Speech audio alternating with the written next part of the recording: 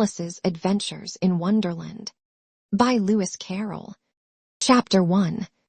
Down the Rabbit Hole.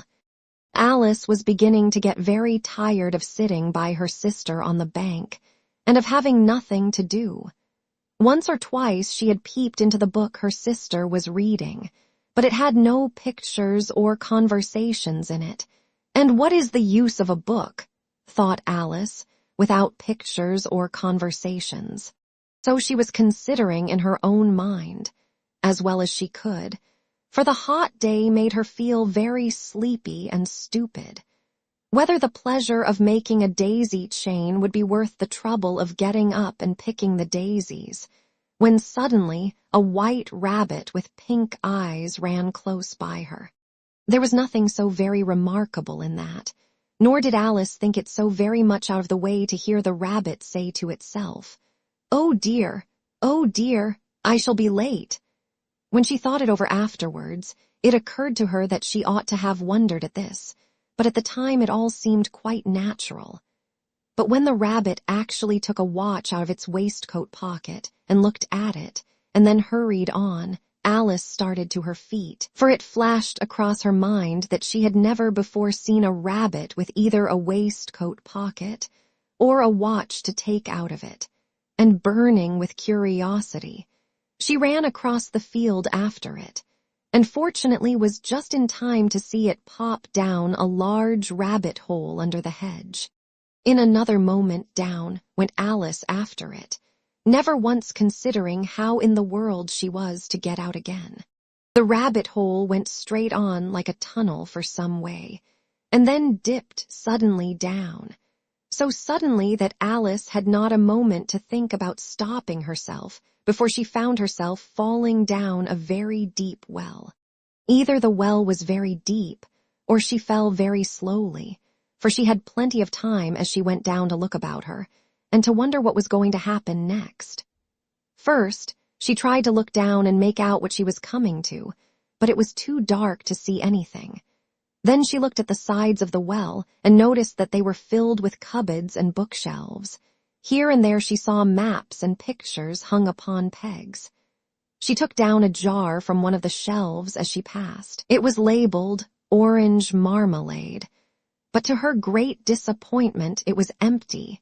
She did not like to drop the jar for fear of killing somebody underneath, so managed to put it into one of the cupboards as she fell past it. Well, thought Alice to herself, after such a fall as this, I shall think nothing of tumbling downstairs. How brave they'll all think me at home. Why, I wouldn't say anything about it even if I fell off the top of the house. Which was very likely true. Down, down, down. Would the fall never come to an end? I wonder how many miles I've fallen by this time, she said aloud. I must be getting somewhere near the center of the earth. Let me see. That would be 4,000 miles down, I think. For, you see, Alice had learnt several things of this sort in her lessons in the schoolroom, and though this was not a very good opportunity for showing off her knowledge, as there was no one to listen to her, still it was good practice to say it over. Yes, that's about the right distance, but then I wonder what latitude or longitude I've got to. Alice had no idea what latitude was, or longitude either, but thought they were nice grand words to say. Presently she began again. I wonder if I shall fall right through the earth. How funny it'll seem to come out among the people that walk with their heads downward. The antipathies, I think. She was rather glad there was no one listening, this time, as it didn't sound at all the right word. But I shall have to ask them what the name of the country is, you know. Please, ma'am, is this New Zealand or Australia? And she tried to curtsy as she spoke. Fancy curtsying as you're falling through the air. Do you think you could manage it? And what an ignorant little girl she'll think me for asking. No, it'll never do to ask. Perhaps I shall see it written up somewhere. Down, down, down. There was nothing else to do, so Alice soon began talking again. Dinah'll miss me very much tonight, I should think. Dinah was the cat. I hope they'll remember her saucer of milk at tea time. Dinah, my dear, I wish you were down here with me. There are no mice in the air, I'm afraid, but you might catch a bat, and that's very like a mouse, you know. But do cats eat bats, I wonder?" And here Alice began to get rather sleepy and went on saying to herself, in a dreamy sort of way, "Do cats eat bats? Do cats eat bats? And sometimes, do bats eat cats?" For you see, as she couldn't answer either question, it didn't much matter which way she put it. She felt that she was dozing off and had just begun to dream that she was walking hand in hand with Dinah and saying to her very earnestly, "Now, Dinah, tell me the truth. Did you ever eat a bat?" When suddenly, thump, thump, down she came upon a heap of sticks and dry leaves, and the fall was over. Alice was not a bit hurt, and she jumped up onto her feet in a moment. She looked up, but it was all dark overhead. Before her was another long passage, and the white rabbit was still in sight, hurrying down it. There was not a moment to be lost. Away went Alice like the wind, and was just in time to hear it say, as it turned a corner, "Oh, my ears and whiskers, how late it's getting." She was close behind it when she turned the corner, but the rabbit was no longer to be seen. She found herself in a long, low hall, which was lit up by a row of lamps hanging from the roof.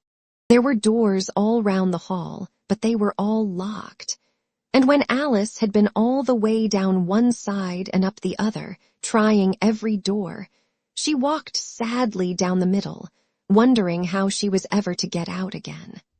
Suddenly she came upon a little three-legged table, all made of solid glass. There was nothing on it except a tiny golden key, and Alice's first thought was that it might belong to one of the doors of the hall. But alas! Either the locks were too large, or the key was too small, but at any rate it would not open any of them. However, on the second time round, she came upon a low curtain she had not noticed before, and behind it was a little door about 15 inches high. She tried the little golden key in the lock, and to her great delight it fitted. Alice opened the door and found that it led into a small passage, not much larger than a rat hole. She knelt down and looked along the passage into the loveliest garden you ever saw. How she longed to get out of that dark hall and wander about among those beds of bright flowers and those cool fountains, but she could not even get her head through the doorway. And even if my head would go through, thought poor Alice, it would be of very little use without my shoulders. Oh, how I wish I could shut up like a telescope. I think I could, if I only knew how to begin. For, you see, so many out-of-the-way things had happened lately, that Alice had begun to think that very few things indeed were really impossible. There seemed to be no use in waiting by the little door, so she went back to the table, half hoping she might find another key on it, or at any rate a book of rules for shutting people up like telescopes. This time she found a little bottle on it, "which certainly was not here before," said Alice, and round the neck of the bottle was a paper label with the words "Drink me," beautifully printed on it in large letters. It was all very well to say, "Drink me," but the wise little Alice was not going to do that in a hurry. "No, I'll look first," she said, "and see whether it's marked poison or not," for she had read several nice little histories about children who had got burnt and eaten up by wild beasts and other unpleasant things, all because they would not remember the simple rules their friends had taught them, such as that a red-hot poker will burn you if you hold it too long, and that if you cut your finger very deeply with a knife, it usually bleeds. And she had never forgotten that, if you drink much from a bottle marked poison, it is almost certain to disagree with you, sooner or later. However, this bottle was not marked poison, so Alice ventured to taste it, and finding it very nice, it had, in fact, a sort of mixed flavor of cherry tart, custard, pineapple, roast turkey, toffee, and hot buttered toast. She very soon finished it off. "What a curious feeling," said Alice. "I must be shutting up like a telescope." And so it was indeed. She was now only 10 inches high, and her face brightened up at the thought that she was now the right size for going through the little door into that lovely garden. First, however, she waited for a few minutes to see if she was going to shrink any further. She felt a little nervous about this. "For it might end, you know," said Alice to herself, "in my going out altogether like a candle. I wonder what I should be like then." And she tried to fancy what the flame of a candle is like after the candle is blown out, for she could not remember ever having seen such a thing. After a while, finding that nothing more happened, she decided on going into the garden at once. But alas for poor Alice. When she got to the door, she found she had forgotten the little golden key, and when she went back to the table for it, she found she could not possibly reach it. She could see it quite plainly through the glass, and she tried her best to climb up one of the legs of the table, but it was too slippery. And when she had tired herself out with trying, the poor little thing sat down and cried. "Come, there's no use in crying like that," said Alice to herself, rather sharply. "I advise you to leave off this minute." She generally gave herself very good advice, though she very seldom followed it, and sometimes she scolded herself so severely as to bring tears into her eyes. And once she remembered trying to box her own ears for having cheated herself in a game of croquet she was playing against herself. For this curious child was very fond of pretending to be two people.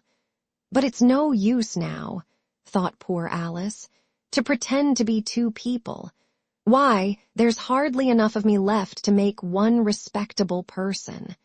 Soon her eye fell on a little glass box that was lying under the table. She opened it, and found in it a very small cake, on which the words, "Eat me," were beautifully marked in currants.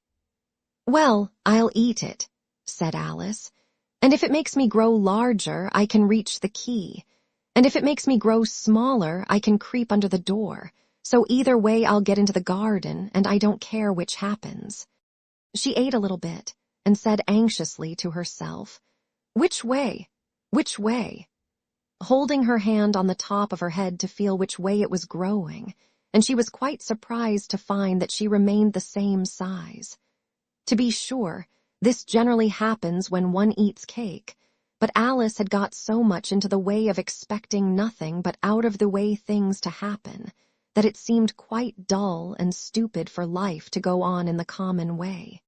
So she set to work, and very soon finished off the cake. Chapter 2. The Pool of Tears. "Curiouser and curiouser," cried Alice. She was so much surprised that for the moment she quite forgot how to speak good English. "Now I'm opening out like the largest telescope that ever was. Goodbye, feet." For when she looked down at her feet, they seemed to be almost out of sight. They were getting so far off. "Oh, my poor little feet, I wonder who will put on your shoes and stockings for you now, dears. I'm sure I shan't be able. I shall be a great deal too far off to trouble myself about you. You must manage the best way you can. But I must be kind to them," thought Alice, "or perhaps they won't walk the way I want to go. Let me see. I'll give them a new pair of boots every Christmas." And she went on planning to herself how she would manage it. "They must go by the carrier," she thought. "And how funny it'll seem, sending presents to one's own feet, and how odd the directions will look. Alice's right foot-esque, hearthrug near the fender, with Alice's love. Oh dear, what nonsense I'm talking." Just then her head struck against the roof of the hall. In fact, she was now more than 9 feet high, and she at once took up the little golden key and hurried off to the garden door. Poor Alice! It was as much as she could do, lying down on one side, to look through into the garden with one eye. But to get through was more hopeless than ever. She sat down and began to cry again. "You ought to be ashamed of yourself," said Alice. "A great girl like you." She might well say this. "To go on crying in this way. Stop this moment, I tell you." But she went on all the same, shedding gallons of tears until there was a large pool all round her, about 4 inches deep and reaching half down the hall.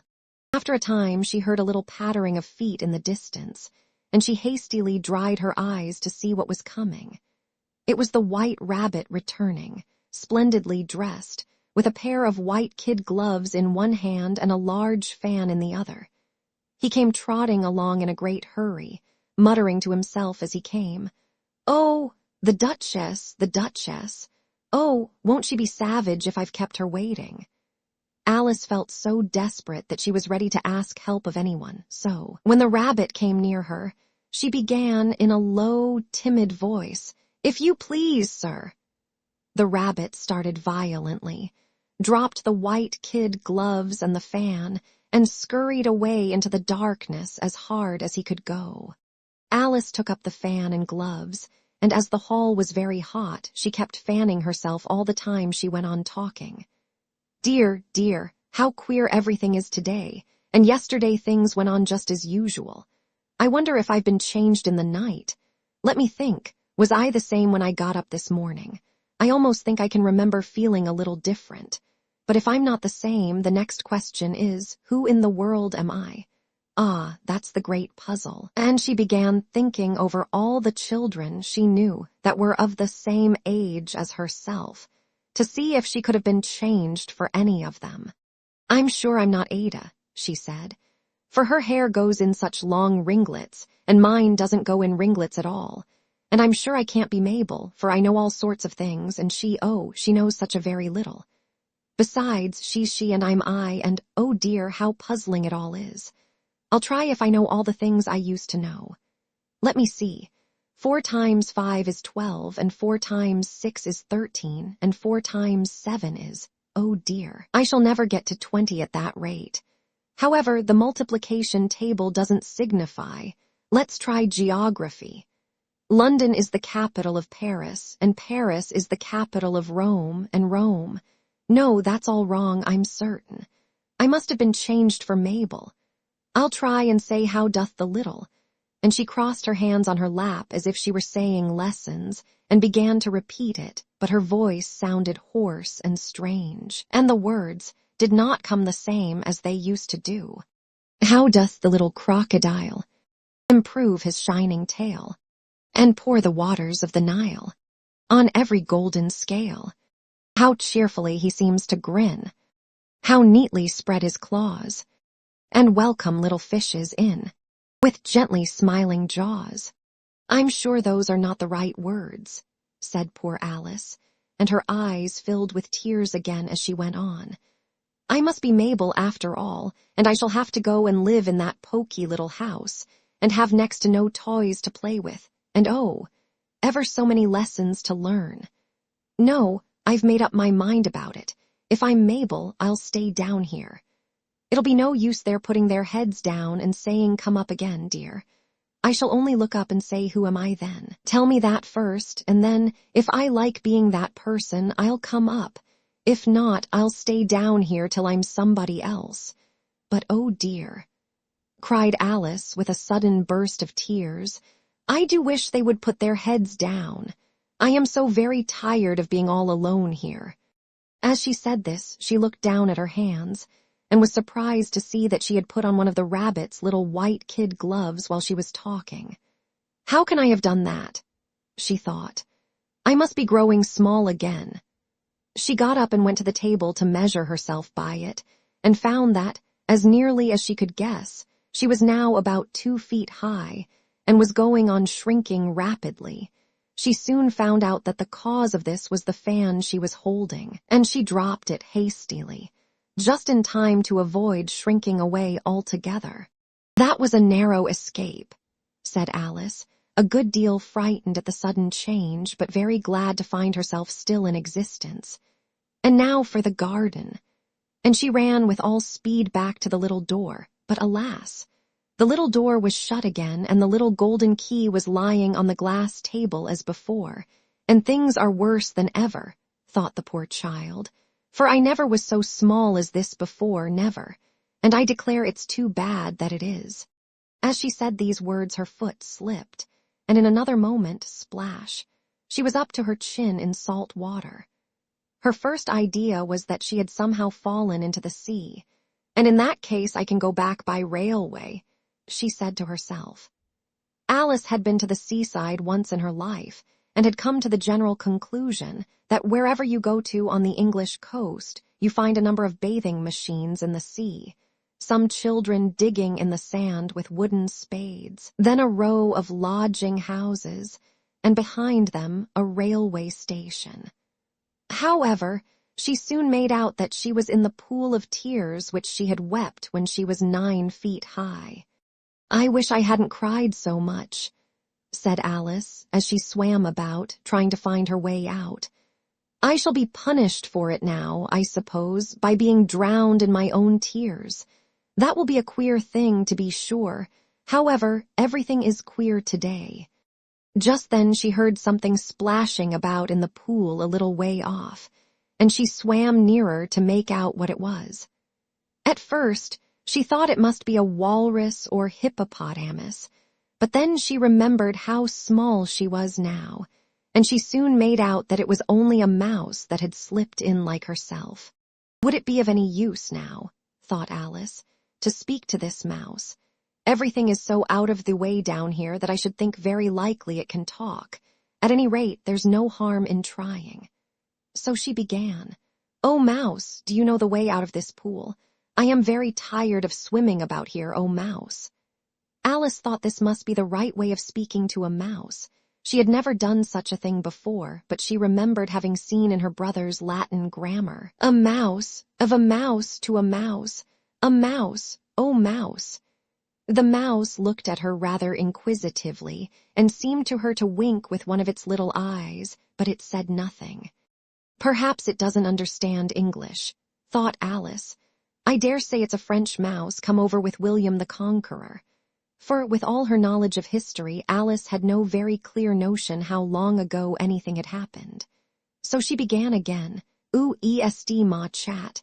which was the first sentence in her French lesson book. The mouse gave a sudden leap out of the water and seemed to quiver all over with fright. "Oh, I beg your pardon," cried Alice hastily, afraid that she had hurt the poor animal's feelings. "I quite forgot you didn't like cats." "Not like cats," cried the mouse in a shrill, passionate voice. "Would you like cats if you were me?" "Well, perhaps not," said Alice in a soothing tone. "Don't be angry about it. And yet I wish I could show you our cat Dinah. I think you'd take a fancy to cats if you could only see her. She is such a dear, quiet thing." Alice went on, half to herself, as she swam lazily about in the pool, and she sits purring so nicely by the fire, licking her paws and washing her face, and she is such a nice, soft thing to nurse, and she's such a capital one for catching mice. "Oh, I beg your pardon," cried Alice again, for this time the mouse was bristling all over, and she felt certain it must be really offended. "We won't talk about her any more if you'd rather not." "We indeed," cried the mouse, who was trembling down to the end of his tail. "As if I would talk on such a subject. Our family always hated cats, nasty, low, vulgar things. Don't let me hear the name again." "I won't indeed," said Alice, in a great hurry to change the subject of conversation. Are you fond of dogs?" The mouse did not answer, so Alice went on eagerly. "There is such a nice little dog near our house I should like to show you. A little bright-eyed terrier, you know, with such long, curly brown hair. And it'll fetch things when you throw them, and it'll sit up and beg for its dinner, and all sorts of things. I can't remember half of them, and it belongs to a farmer, you know, and he says it's so useful, it's worth £100. He says it kills all the rats and, oh dear," cried Alice in a sorrowful tone, "I'm afraid I've offended it again." For the mouse was swimming away from her as hard as it could go, and making quite a commotion in the pool as it went. So she called softly after it, "Mouse dear, do come back again, and we won't talk about cats or dogs either if you don't like them." When the mouse heard this, it turned round and swam slowly back to her. Its face was quite pale with passion, Alice thought, and it said in a low, trembling voice, "Let us get to the shore, and then I'll tell you my history, and you'll understand why it is I hate cats and dogs." It was high time to go, for the pool was getting quite crowded with the birds and animals that had fallen into it. There were a duck and a dodo, a lory and an eaglet, and several other curious creatures. Alice led the way, and the whole party swam to the shore. Chapter 3. A caucus race and a long tail. They were indeed a queer-looking party that assembled on the bank. The birds with draggled feathers, the animals with their fur clinging close to them, and all dripping wet, cross, and uncomfortable. The first question, of course, was how to get dry again. They had a consultation about this, and after a few minutes it seemed quite natural to Alice to find herself talking familiarly with them, as if she had known them all her life. Indeed, she had quite a long argument with the lory, who at last turned sulky, and would only say, "I am older than you and must know better." And this Alice would not allow without knowing how old it was, and, as the lory positively refused to tell its age, there was no more to be said. At last the mouse, who seemed to be a person of authority among them, called out, "Sit down, all of you, and listen to me. I'll soon make you dry enough." They all sat down at once, in a large ring, with the mouse in the middle. Alice kept her eyes anxiously fixed on it, for she felt sure she would catch a bad cold if she did not get dry very soon. "Ahem," said the mouse with an important air. "Are you all ready? This is the driest thing I know. Silence all round, if you please."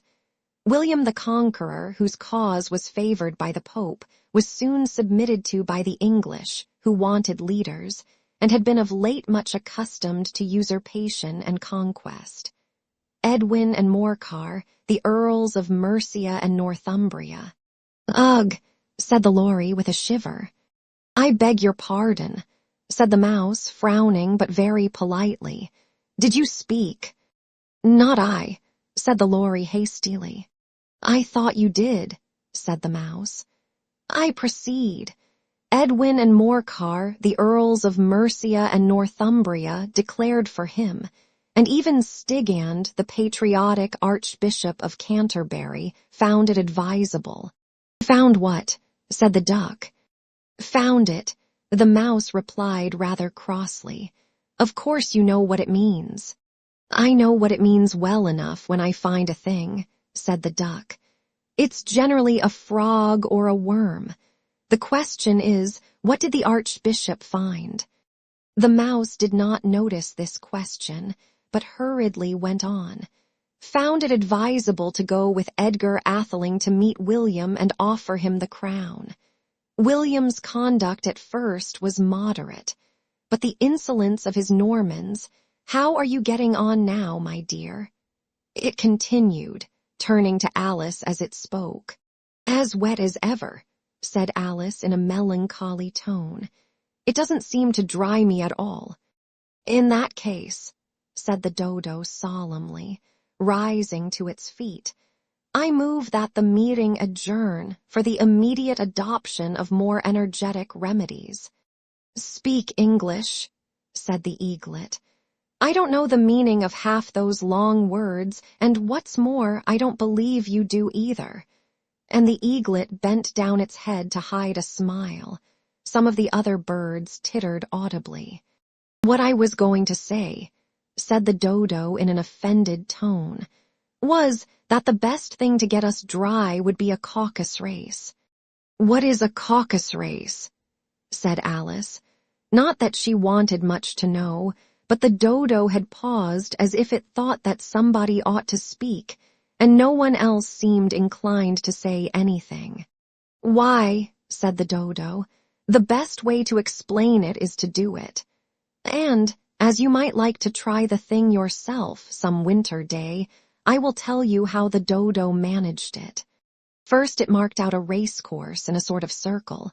The exact shape doesn't matter, it said. And then all the party were placed along the course, here and there. There was no 1, 2, 3, and away, but they began running when they liked and left off when they liked, so that it was not easy to know when the race was over.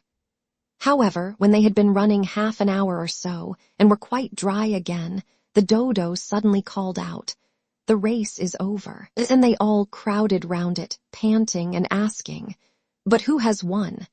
This question the dodo could not answer without a great deal of thought, and it sat for a long time with one finger pressed upon its forehead, the position in which you usually see Shakespeare in the pictures of him, while the rest waited in silence. At last the dodo said, "Everybody has won, and all must have prizes." "But who is to give the prizes?" quite a chorus of voices asked. "Why, she, of course," said the dodo, pointing to Alice with one finger, and the whole party at once crowded round her, calling out in a confused way, "Prizes, prizes." Alice had no idea what to do, and in despair she put her hand in her pocket and pulled out a box of comfits. Luckily, the salt water had not got into it, and handed them round as prizes. There was exactly 1 apiece all round. "But she must have a prize herself, you know," said the mouse. "Of course," the dodo replied very gravely. "What else have you got in your pocket?" he went on, turning to Alice. "Only a thimble," said Alice sadly. "Hand it over here," said the dodo. Then they all crowded round her once more, while the dodo solemnly presented the thimble, saying, "We beg your acceptance of this elegant thimble." And when it had finished this short speech, they all cheered. Alice thought the whole thing very absurd, but they all looked so grave that she did not dare to laugh, and, as she could not think of anything to say, she simply bowed and took the thimble, looking as solemn as she could. The next thing was to eat the comfits. This caused some noise and confusion, as the large birds complained that they could not taste theirs, and the small ones choked and had to be patted on the back. However, it was over at last, and they sat down again in a ring and begged the mouse to tell them something more. "You promised to tell me your history, you know," said Alice, "and why it is you hate C and D." She added in a whisper, half afraid that it would be offended again. "Mine is a long and a sad tale," said the mouse, turning to Alice and sighing. "It is a long tale, certainly," said Alice, looking down with wonder at the mouse's tail. "But why do you call it sad?" And she kept on puzzling about it while the mouse was speaking, so that her idea of the tale was something like this. Fury said to a mouse that he met in the house, "Let us both go to law, I will prosecute you." "Come, I'll take no denial, we must have a trial, for really this morning I've nothing to do." Said the mouse to the cur, "Such a trial, dear sir, with no jury or judge would be wasting our breath." "I'll be judge, I'll be jury," said cunning old Fury. "I'll try the whole cause and condemn you to death." "You are not attending," said the mouse to Alice severely. "What are you thinking of?" "I beg your pardon," said Alice very humbly. "You had got to the 5th bend, I think." "I had not," cried the mouse, sharply and very angrily. "Not," said Alice, always ready to make herself useful and looking anxiously about her. "Oh, do let me help to undo it." "I shall do nothing of the sort," said the mouse, getting up and walking away. "You insult me by talking such nonsense." "I didn't mean it," pleaded poor Alice, "but you're so easily offended, you know." The mouse only growled in reply. "Please come back and finish your story." Alice called after it, and the others all joined in chorus. "Yes, please do." But the mouse only shook its head impatiently and walked a little quicker. "What a pity it wouldn't stay," sighed the lorry as soon as it was quite out of sight, and an old crab took the opportunity of saying to her daughter, "Ah, my dear, Let this be a lesson to you never to lose your temper." "Hold your tongue, Ma," said the young crab a little snappishly. "You're enough to try the patience of an oyster." "I wish I had our Dinah here, I know I do," said Alice aloud, addressing nobody in particular. "She'd soon fetch it back." "And who is Dinah, if I might venture to ask the question?" said the Lory. Alice replied eagerly, for she was always ready to talk about her pet. "Dinah's our cat, and she's such a capital one for catching mice you can't think. And oh, I wish you could see her after the birds. Why, she'll eat a little bird as soon as look at it." This speech caused a remarkable sensation among the party. Some of the birds hurried off at once. One old magpie began wrapping itself up very carefully, remarking, "I really must be getting home. The night air doesn't suit my throat." And a canary called out in a trembling voice to its children, "Come away, my dears. It's high time you were all in bed." On various pretexts, they all moved off, and Alice was soon left alone. "I wish I hadn't mentioned Dinah," she said to herself in a melancholy tone. "Nobody seems to like her down here, and I'm sure she's the best cat in the world. Oh, my dear Dinah, I wonder if I shall ever see you any more." And here poor Alice began to cry again, for she felt very lonely and low-spirited. In a little while, however, she again heard a little pattering of footsteps in the distance, and she looked up eagerly, half hoping that the mouse had changed his mind and was coming back to finish his story. Chapter 4. The Rabbit Sends in a Little Bill. It was the White Rabbit, trotting slowly back again and looking anxiously about as it went, as if it had lost something, and she heard it muttering to itself, "The Duchess. The Duchess. Oh, my dear paws, oh, my fur and whiskers. She'll get me executed, as sure as ferrets are ferrets. Where can I have dropped them, I wonder?" Alice guessed in a moment that it was looking for the fan and the pair of white kid gloves, and she very good-naturedly began hunting about for them, but they were nowhere to be seen. Everything seemed to have changed since her swim in the pool, and the great hall, with the glass table and the little door, had vanished completely. Very soon the rabbit noticed Alice, as she went hunting about, and called out to her in an angry tone, "Why, Mary Ann, what are you doing out here? Run home this moment, and fetch me a pair of gloves and a fan. Quick, now." And Alice was so much frightened that she ran off at once in the direction it pointed to, without trying to explain the mistake it had made. "He took me for his housemaid," she said to herself as she ran. "How surprised he'll be when he finds out who I am. But I'd better take him his fan and gloves, that is, if I can find them." As she said this, she came upon a neat little house, on the door of which was a bright brass plate with the name W. Rabbit engraved upon it. She went in without knocking and hurried upstairs, in great fear lest she should meet the real Mary Ann and be turned out of the house before she had found the fan and gloves. "How queer it seems," Alice said to herself, "to be going messages for a rabbit. I suppose Dinah'll be sending me on messages next." And she began fancying the sort of thing that would happen. "Miss Alice, come here directly and get ready for your walk. Coming in a minute, nurse. But I've got to see that the mouse doesn't get out. Only I don't think," Alice went on, "that they'd let Dinah stop in the house if it began ordering people about like that." By this time she had found her way into a tidy little room with a table in the window, and on it, as she had hoped, a fan and 2 or 3 pairs of tiny white kid gloves. She took up the fan and a pair of the gloves and was just going to leave the room when her eye fell upon a little bottle that stood near the looking-glass. There was no label this time with the words "Drink me," but nevertheless she uncorked it and put it to her lips. "I know something interesting is sure to happen," she said to herself, "whenever I eat or drink anything, so I'll just see what this bottle does.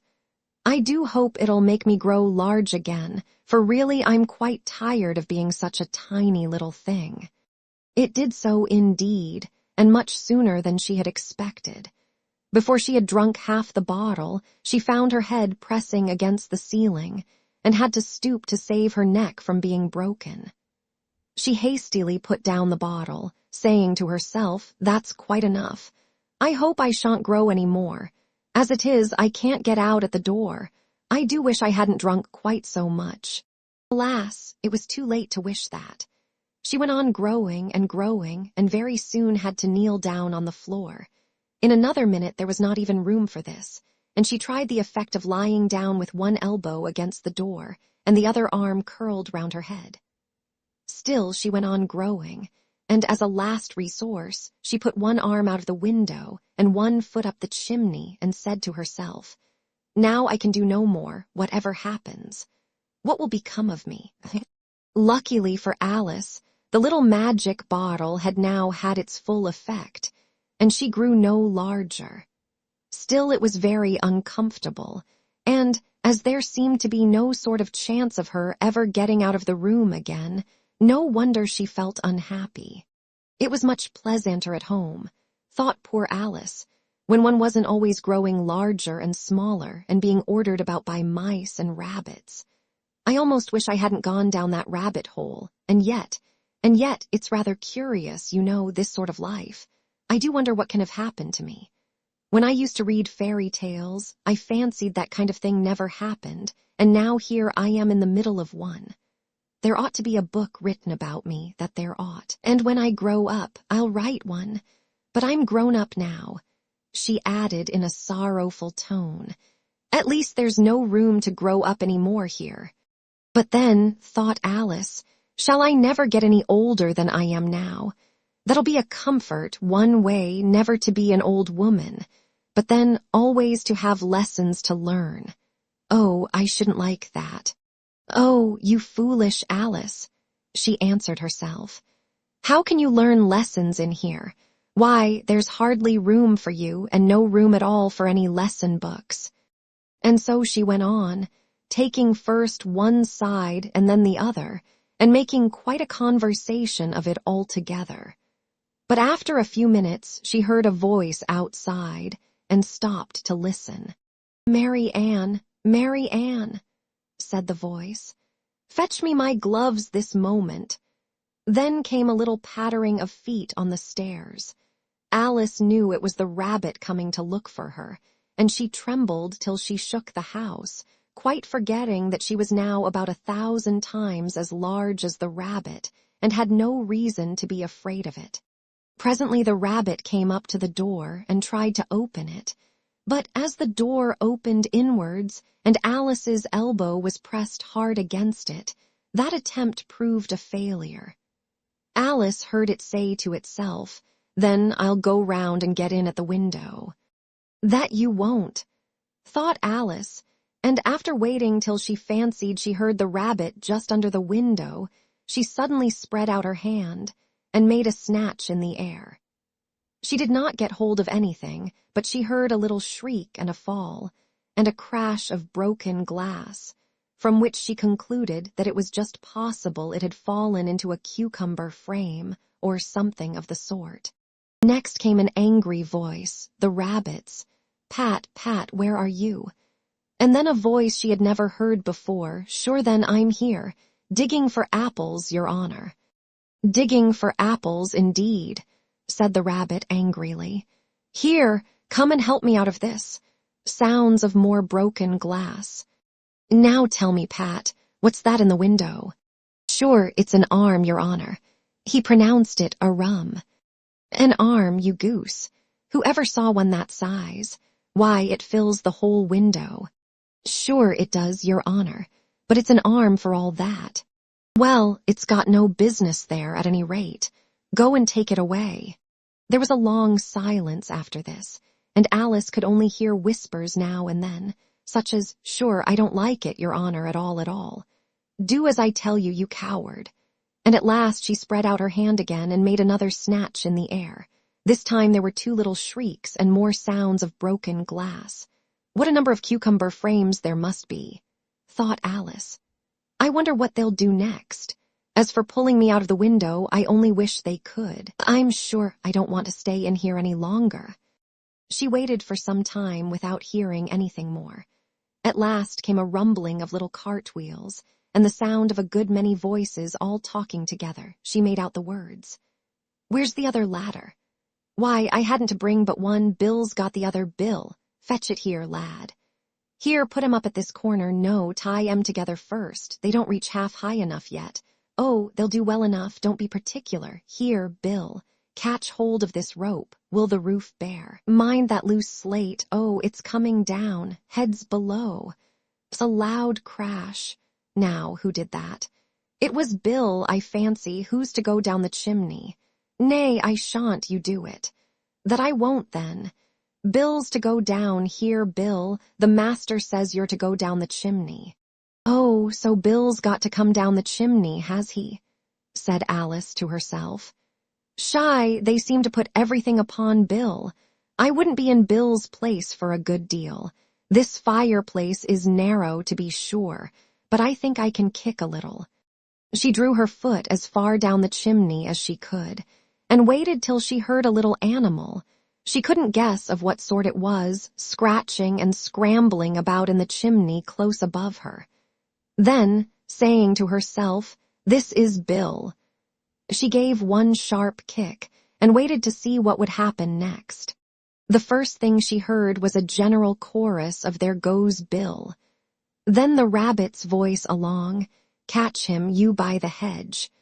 Then silence, and then another confusion of voices. "Hold up his head, brandy now, don't choke him. How was it, old fellow? What happened to you? Tell us all about it." Last came a little feeble, squeaking voice. "That's Bill," thought Alice. "Well, I hardly know no more, thank ye, I'm better now. But I'm a deal too flustered to tell you. All I know is something comes at me like a jack-in-the-box, and up I goes like a skyrocket." "So you did, old fellow," said the others. "We must burn the house down," said the rabbit's voice, and Alice called out as loud as she could, "If you do, I'll set Dinah at you." There was a dead silence instantly, and Alice thought to herself, "I wonder what they will do next. If they had any sense, they'd take the roof off." After a minute or two, they began moving about again, and Alice heard the rabbit say, "A barrowful will do to begin with." A barrowful of what? Thought Alice, but she had not long to doubt, for the next moment a shower of little pebbles came rattling in at the window, and some of them hit her in the face. "I'll put a stop to this," she said to herself, and shouted out, "You'd better not do that again," which produced another dead silence. Alice noticed with some surprise that the pebbles were all turning into little cakes as they lay on the floor, and a bright idea came into her head. "If I eat one of these cakes," she thought, "it's sure to make some change in my size, and as it can't possibly make me larger, it must make me smaller, I suppose." So she swallowed one of the cakes, and was delighted to find that she began shrinking directly. As soon as she was small enough to get through the door, she ran out of the house and found quite a crowd of little animals and birds waiting outside. The poor little lizard, Bill, was in the middle, being held up by 2 guinea pigs, who were giving it something out of a bottle. They all made a rush at Alice the moment she appeared, but she ran off as hard as she could, and soon found herself safe in a thick wood. "The first thing I've got to do," said Alice to herself, as she wandered about in the wood, "is to grow to my right size again, and the second thing is to find my way into that lovely garden. I think that will be the best plan." It sounded an excellent plan, no doubt, and very neatly and simply arranged. The only difficulty was that she had not the smallest idea how to set about it. And while she was peering about anxiously among the trees, a little sharp bark just over her head made her look up in a great hurry. An enormous puppy was looking down at her with large round eyes, and feebly stretching out one paw, trying to touch her. "Poor little thing," said Alice, in a coaxing tone, and she tried hard to whistle to it, but she was terribly frightened all the time at the thought that it might be hungry, in which case it would be very likely to eat her up in spite of all her coaxing. Hardly knowing what she did, she picked up a little bit of stick and held it out to the puppy, whereupon the puppy jumped into the air off all its feet at once, with a yelp of delight, and rushed at the stick and made believe to worry it. Then Alice dodged behind a great thistle to keep herself from being run over, and the moment she appeared on the other side, the puppy made another rush at the stick and tumbled head over heels in its hurry to get hold of it. Then Alice, thinking it was very like having a game of play with a cart horse, and expecting every moment to be trampled under its feet, ran round the thistle again. Then the puppy began a series of short charges at the stick, running a very little way forwards each time and a long way back, and barking hoarsely all the while, till at last it sat down a good way off, panting, with its tongue hanging out of its mouth, and its great eyes half shut. This seemed to Alice a good opportunity for making her escape, so she set off at once, and ran till she was quite tired and out of breath, until the puppy's bark sounded quite faint in the distance. And yet what a dear little puppy it was, said Alice, as she leaned against a buttercup to rest herself and fanned herself with one of the leaves. I should have liked teaching it tricks very much if I'd only been the right size to do it. Oh dear, I'd nearly forgotten that I've got to grow up again. Let me see, how is it to be managed? I suppose I ought to eat or drink something or other, but the great question is, what? The great question certainly was, what? Alice looked all round her at the flowers and the blades of grass, but she did not see anything that looked like the right thing to eat or drink under the circumstances. There was a large mushroom growing near her, about the same height as herself, and when she had looked under it, and on both sides of it, and behind it, it occurred to her that she might as well look and see what was on the top of it. She stretched herself up on tiptoe and peeped over the edge of the mushroom, and her eyes immediately met those of a large blue caterpillar that was sitting on the top with its arms folded, quietly smoking a long hookah and taking not the smallest notice of her or of anything else. Chapter 5. Advice from a Caterpillar. The caterpillar and Alice looked at each other for some time in silence. At last the caterpillar took the hookah out of its mouth and addressed her in a languid, sleepy voice. "Who are you?" said the caterpillar. This was not an encouraging opening for a conversation. Alice replied rather shyly, I hardly know, sir, just at present. At least I know who I was when I got up this morning, but I think I must have been changed several times since then." "What do you mean by that?" said the caterpillar sternly. "Explain yourself." "I can't explain myself, I'm afraid, sir," said Alice, "because I'm not myself, you see."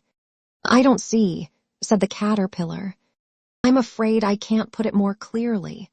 Alice replied very politely, "For I can't understand it myself to begin with, and being so many different sizes in a day is very confusing." "It isn't," said the caterpillar. "Well, perhaps you haven't found it so yet," said Alice.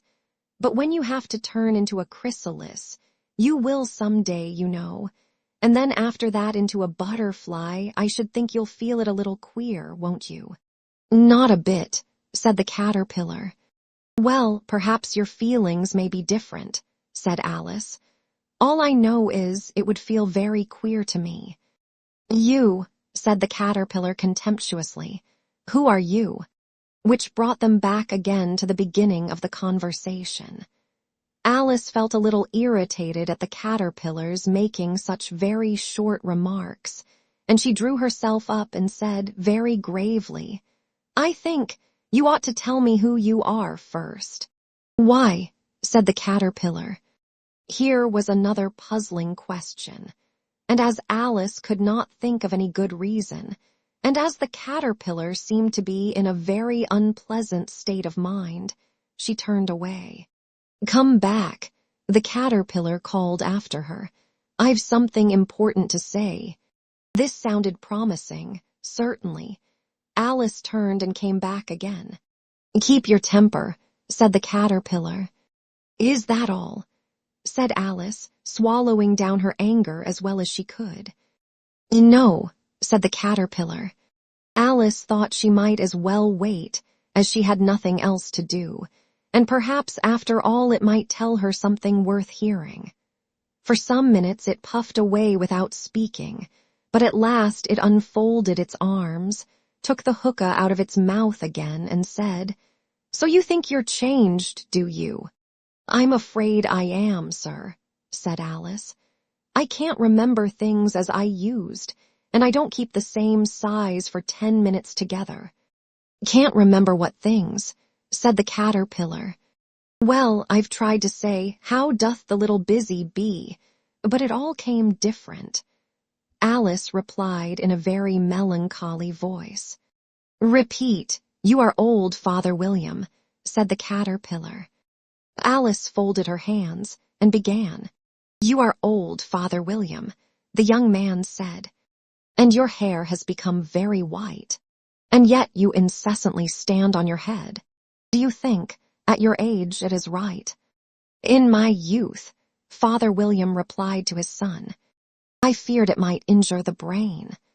But now that I'm perfectly sure I have none, why, I do it again and again." "You are old," said the youth, "as I mentioned before, and have grown most uncommonly fat. Yet you turned a back somersault in at the door. Pray, what is the reason of that?" "In my youth," said the sage, as he shook his grey locks, "I kept all my limbs very supple. By the use of this ointment, 1 shilling the box. Allow me to sell you a couple." "You are old," said the youth, "and your jaws are too weak for anything tougher than suet. Yet you finished the goose, with the bones and the beak. Pray, how did you manage to do it?" "In my youth," said his father, "I took to the law, and argued each case with my wife, and the muscular strength, which it gave to my jaw, has lasted the rest of my life." "You are old," said the youth. "One would hardly suppose that your eye was as steady as ever, yet you balanced an eel on the end of your nose. What made you so awfully clever?" "I have answered 3 questions, and that is enough," said his father. "Don't give yourself airs. Do you think I can listen all day to such stuff? Be off, or I'll kick you downstairs." "That is not said right," said the caterpillar. "Not quite right, I'm afraid," said Alice timidly. "Some of the words have got altered." "It is wrong from beginning to end," said the caterpillar decidedly, and there was silence for some minutes. The caterpillar was the first to speak. "What size do you want to be?" it asked. "Oh, I'm not particular as to size," Alice hastily replied. "Only one doesn't like changing so often, you know." "I don't know," said the caterpillar. Alice said nothing. She had never been so much contradicted in her life before, and she felt that she was losing her temper. "Are you content now?" said the caterpillar. "Well, I should like to be a little larger, sir, if you wouldn't mind," said Alice. 3 inches is such a wretched height to be." "It is a very good height indeed," said the caterpillar angrily, rearing itself upright as it spoke. It was exactly 3 inches high. "But I'm not used to it," pleaded poor Alice in a piteous tone, and she thought of herself, "I wish the creatures wouldn't be so easily offended." "You'll get used to it in time," said the caterpillar, and it put the hookah into its mouth and began smoking again. This time Alice waited patiently until it chose to speak again. In a minute or 2 the caterpillar took the hookah out of its mouth and yawned once or twice and shook itself. Then it got down off the mushroom and crawled away in the grass, merely remarking as it went, "One side will make you grow taller, and the other side will make you grow shorter." One side of what? The other side of what? Thought Alice to herself. "Of the mushroom," said the caterpillar, just as if she had asked it aloud, and in another moment it was out of sight. Alice remained looking thoughtfully at the mushroom for a minute, trying to make out which were the two sides of it, and as it was perfectly round, she found this a very difficult question. However, at last she stretched her arms round it as far as they would go, and broke off a bit of the edge with each hand. "And now which is which?" she said to herself, and nibbled a little of the right hand bit to try the effect. The next moment she felt a violent blow underneath her chin. It had struck her foot. She was a good deal frightened by this very sudden change, but she felt that there was no time to be lost, as she was shrinking rapidly, so she set to work at once to eat some of the other bit. Her chin was pressed so closely against her foot that there was hardly room to open her mouth, but she did it at last, and managed to swallow a morsel of the left-hand bit. "Come, my head's free at last," said Alice in a tone of delight, which changed into alarm in another moment, when she found that her shoulders were nowhere to be found. All she could see, when she looked down, was an immense length of neck, which seemed to rise like a stalk out of a sea of green leaves that lay far below her. "What can all that green stuff be?" said Alice. "And where have my shoulders got to? And oh, my poor hands, how is it I can't see you?" She was moving them about as she spoke, but no result seemed to follow, except a little shaking among the distant green leaves. As there seemed to be no chance of getting her hands up to her head, she tried to get her head down to them, and was delighted to find that her neck would bend about easily in any direction, like a serpent. She had just succeeded in curving it down into a graceful zigzag, and was going to dive in among the leaves, which she found to be nothing but the tops of the trees under which she had been wandering, when a sharp hiss made her draw back in a hurry. A large pigeon had flown into her face, and was beating her violently with its wings. "A serpent!" screamed the pigeon. "I'm not a serpent," said Alice indignantly. "Let me alone." "Serpent, I say again," repeated the pigeon, but in a more subdued tone, and added with a kind of sob, "I've tried every way, and nothing seems to suit them." "I haven't the least idea what you're talking about," said Alice. "I've tried the roots of trees, and I've tried banks, and I've tried hedges," the pigeon went on without attending to her. "But those serpents, there's no pleasing them." Alice was more and more puzzled, but she thought there was no use in saying anything more till the pigeon had finished. "As if it wasn't trouble enough hatching the eggs," said the pigeon. "But I must be on the lookout for serpents night and day. Why, I haven't had a wink of sleep these 3 weeks. "I'm very sorry you've been annoyed," said Alice, who was beginning to see its meaning.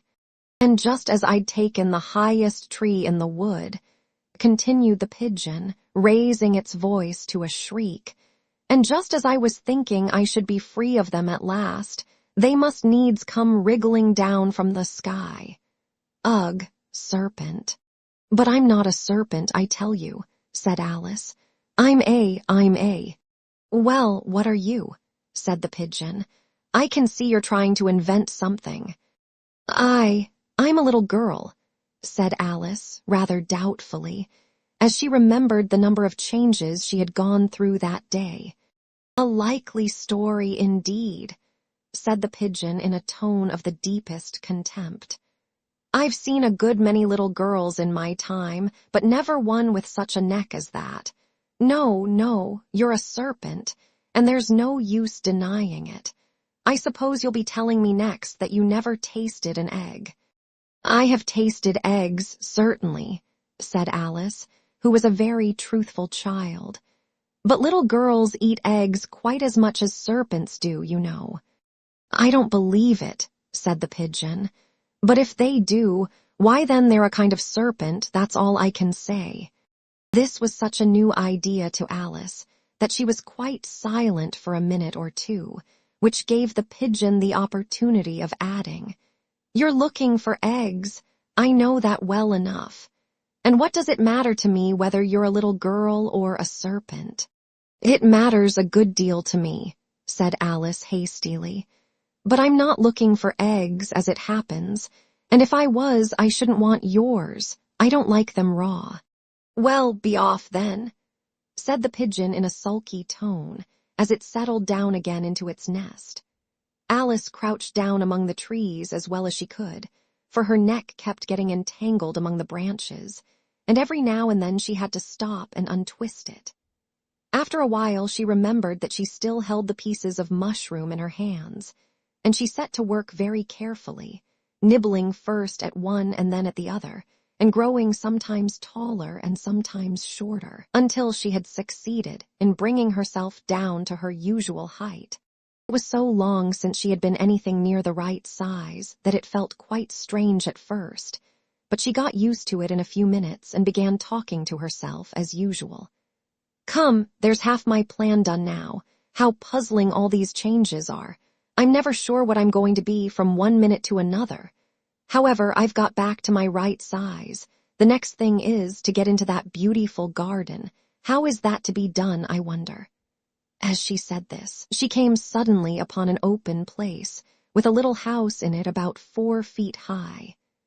"Whoever lives there," thought Alice, "it'll never do to come upon them this size. Why, I should frighten them out of their wits." So she began nibbling at the right-hand bit again, and did not venture to go near the house till she had brought herself down to 9 inches high. Chapter 6. Pig and Pepper. For a minute or two she stood looking at the house, and wondering what to do next, when suddenly a footman in livery came running out of the wood. She considered him to be a footman because he was in livery. Otherwise, judging by his face only, she would have called him a fish, and rapped loudly at the door with his knuckles.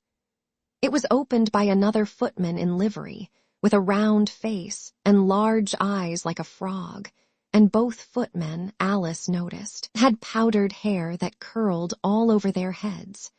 She felt very curious to know what it was all about, and crept a little way out of the wood to listen.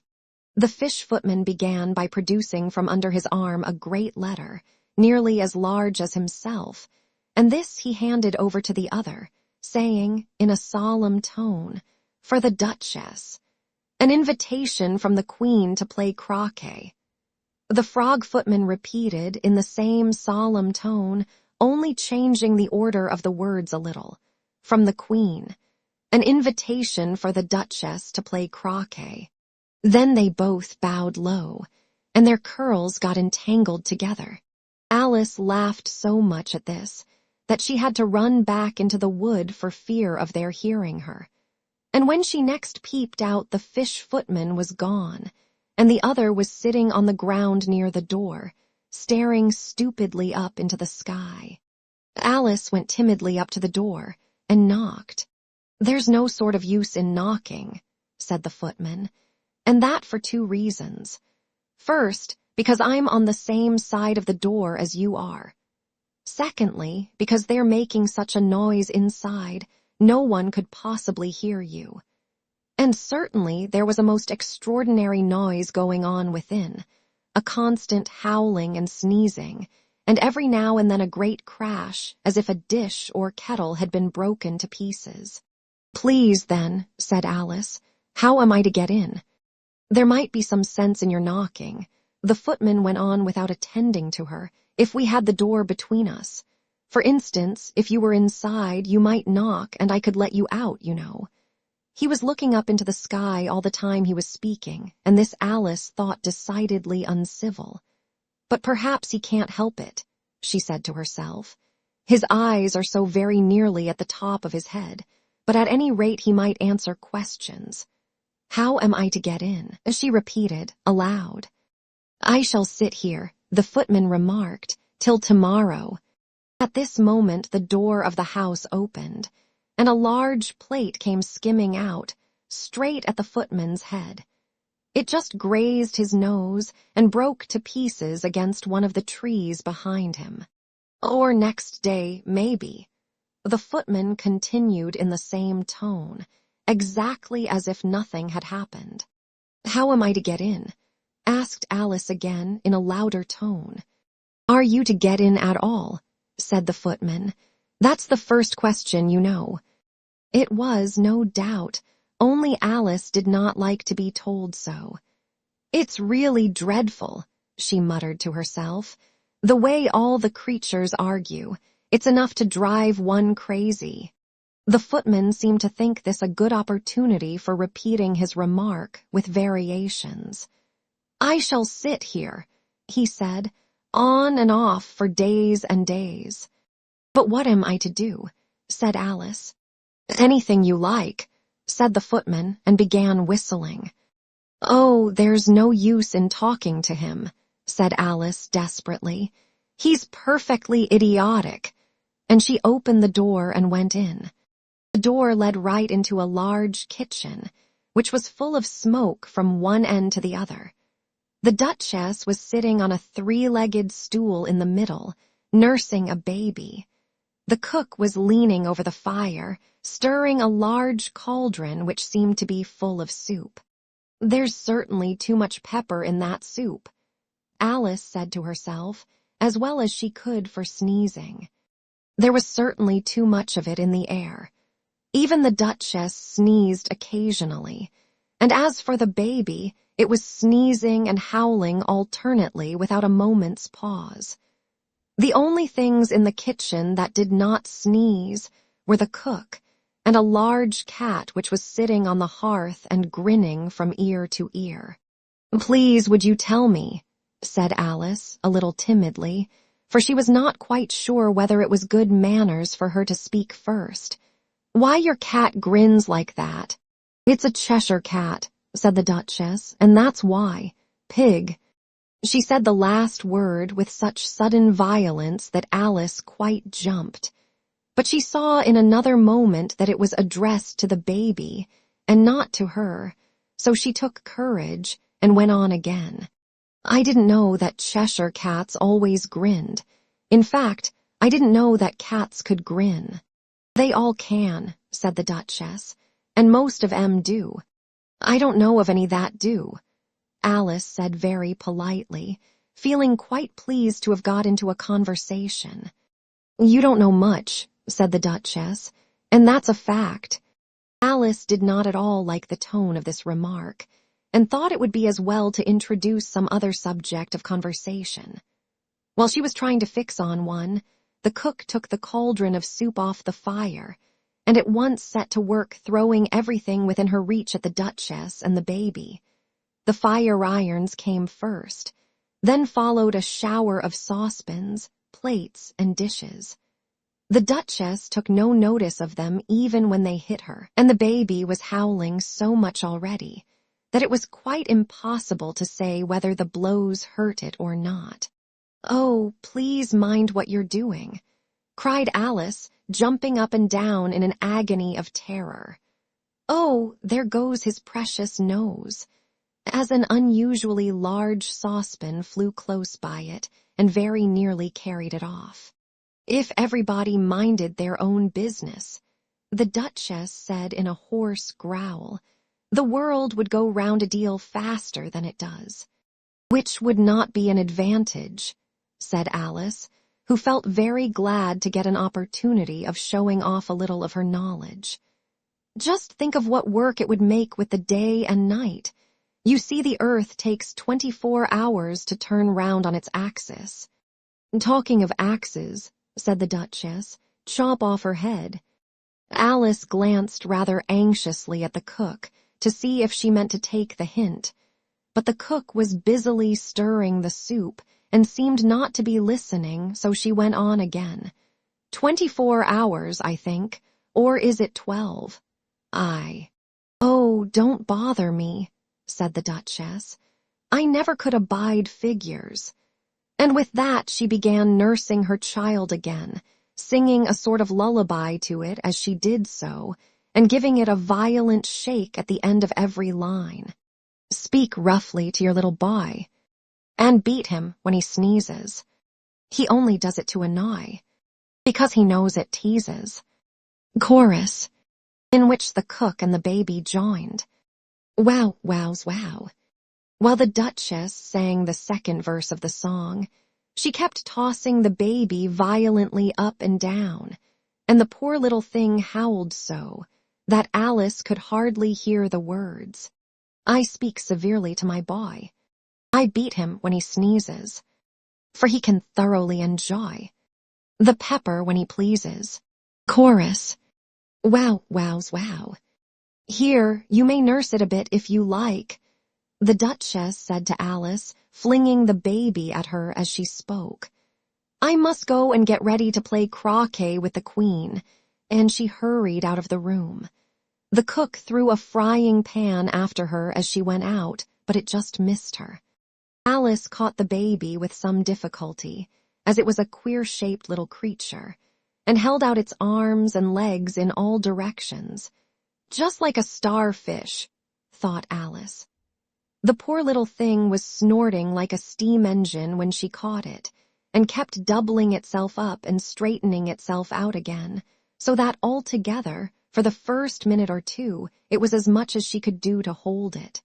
As soon as she had made out the proper way of nursing it, which was to twist it up into a sort of knot, and then keep tight hold of its right ear and left foot, so as to prevent its undoing itself, she carried it out into the open air. If I don't take this child away with me, thought Alice, they're sure to kill it in a day or two. Wouldn't it be murder to leave it behind? She said the last words out loud, and the little thing grunted in reply. It had left off sneezing by this time. Don't grunt, said Alice. That's not at all a proper way of expressing yourself. The baby grunted again, and Alice looked very anxiously into its face to see what was the matter with it. There could be no doubt that it had a very turn-up nose, much more like a snout than a real nose. Also, its eyes were getting extremely small for a baby. Altogether, Alice did not like the look of the thing at all. But perhaps it was only sobbing, she thought, and looked into its eyes again to see if there were any tears. No, there were no tears. If you're going to turn into a pig, my dear, said Alice seriously, I'll have nothing more to do with you. Mind now. The poor little thing sobbed again or grunted. It was impossible to say which, and they went on for some while in silence. Alice was just beginning to think to herself, now, what am I to do with this creature when I get it home? When it grunted again, so violently, that she looked down into its face in some alarm. This time there could be no mistake about it. It was neither more nor less than a pig, and she felt that it would be quite absurd for her to carry it further. So she set the little creature down, and felt quite relieved to see it trot away quietly into the wood. If it had grown up, she said to herself, it would have made a dreadfully ugly child, but it makes rather a handsome pig, I think. And she began thinking over other children she knew, who might do very well as pigs, and was just saying to herself, if one only knew the right way to change them, when she was a little startled by seeing the Cheshire cat sitting on a bough of a tree a few yards off. The cat only grinned when it saw Alice. It looked good-natured, she thought. Still, it had very long claws and a great many teeth, so she felt that it ought to be treated with respect. Cheshire Puss, she began rather timidly, as she did not at all know whether it would like the name. However, it only grinned a little wider. Come, it's pleased so far, thought Alice, and she went on. Would you tell me, please, which way I ought to go from here? That depends a good deal on where you want to get to, said the cat. I don't much care where, said Alice. Then it doesn't matter which way you go, said the cat. So long as I get somewhere. Alice added as an explanation. "Oh, you're sure to do that," said the cat, "if you only walk long enough." Alice felt that this could not be denied, so she tried another question. "What sort of people live about here?" In that direction, the cat said, waving its right paw round, "lives a hatter," and in that direction, waving the other paw, "lives a March hare. Visit either you like, they're both mad." "But I don't want to go among mad people," Alice remarked. "Oh, you can't help that," said the cat. "We're all mad here. I'm mad, you're mad." "How do you know I'm mad?" said Alice. "You must be," said the cat, "or you wouldn't have come here." Alice didn't think that proved it at all. However, she went on, "And how do you know that you're mad?" "To begin with," said the cat, "a dog's not mad, you grant that." "I suppose so," said Alice. "Well then," the cat went on, "you see, a dog growls when it's angry and wags its tail when it's pleased. Now I growl when I'm pleased and wag my tail when I'm angry. Therefore I'm mad." "I call it purring, not growling," said Alice. "Call it what you like," said the cat. "Do you play croquet with the Queen today?" "I should like it very much," said Alice, "but I haven't been invited yet." "You'll see me there," said the cat and vanished. Alice was not much surprised at this. She was getting so used to queer things happening. While she was looking at the place where it had been, it suddenly appeared again. "By the by, what became of the baby?" said the cat. "I'd nearly forgotten to ask." "It turned into a pig," Alice quietly said, just as if it had come back in a natural way. "I thought it would," said the cat and vanished again. Alice waited a little, half expecting to see it again, but it did not appear, and after a minute or two she walked on in the direction in which the March hare was said to live. "I've seen hatters before," she said to herself. "The March hare will be much the most interesting, and perhaps as this is May it won't be raving mad, at least not so mad as it was in March." As she said this, she looked up, and there was the cat again, sitting on a branch of a tree. "Did you say pig or fig?" said the cat. "I said pig," replied Alice, "and I wish you wouldn't keep appearing and vanishing so suddenly. You make one quite giddy."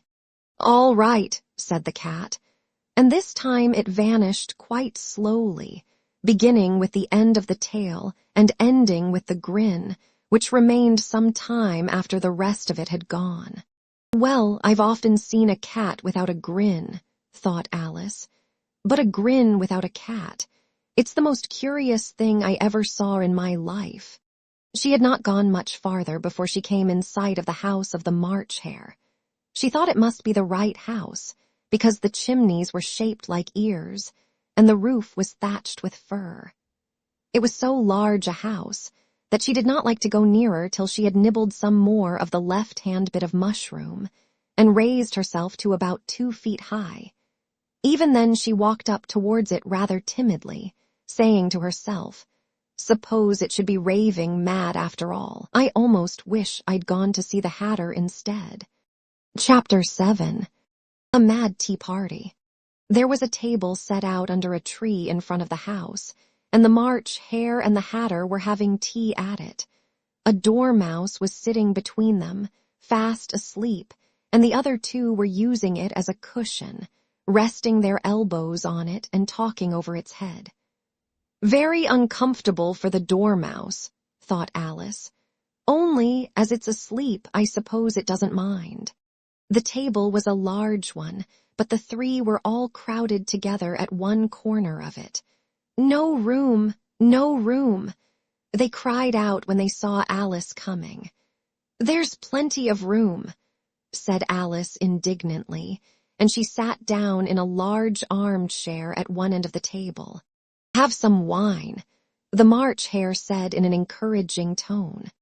Alice looked all round the table, but there was nothing on it but tea. "I don't see any wine," she remarked. "There isn't any," said the March hare. "Then it wasn't very civil of you to offer it," said Alice angrily. "It wasn't very civil of you to sit down without being invited," said the March Hare. "I didn't know it was your table," said Alice. "It's laid for a great many more than 3. "Your hair wants cutting," said the Hatter. He had been looking at Alice for some time with great curiosity, and this was his first speech. "You should learn not to make personal remarks," Alice said with some severity. "It's very rude." The Hatter opened his eyes very wide on hearing this, but all he said was, "Why is a raven like a writing desk?" "Come, we shall have some fun now," thought Alice. "I'm glad they've begun asking riddles. I believe I can guess that," she added aloud. "Do you mean that you think you can find out the answer to it?" said the March Hare. "Exactly so," said Alice. "Then you should say what you mean," the March Hare went on. "I do," Alice hastily replied. At least I mean what I say. That's the same thing, you know." "Not the same thing a bit," said the Hatter. "You might just as well say that I see what I eat is the same thing as I eat what I see." "You might just as well say," added the March Hare, "that I like what I get is the same thing as I get what I like." "You might just as well say," added the Dormouse, who seemed to be talking in his sleep, "that I breathe when I sleep is the same thing as I sleep when I breathe."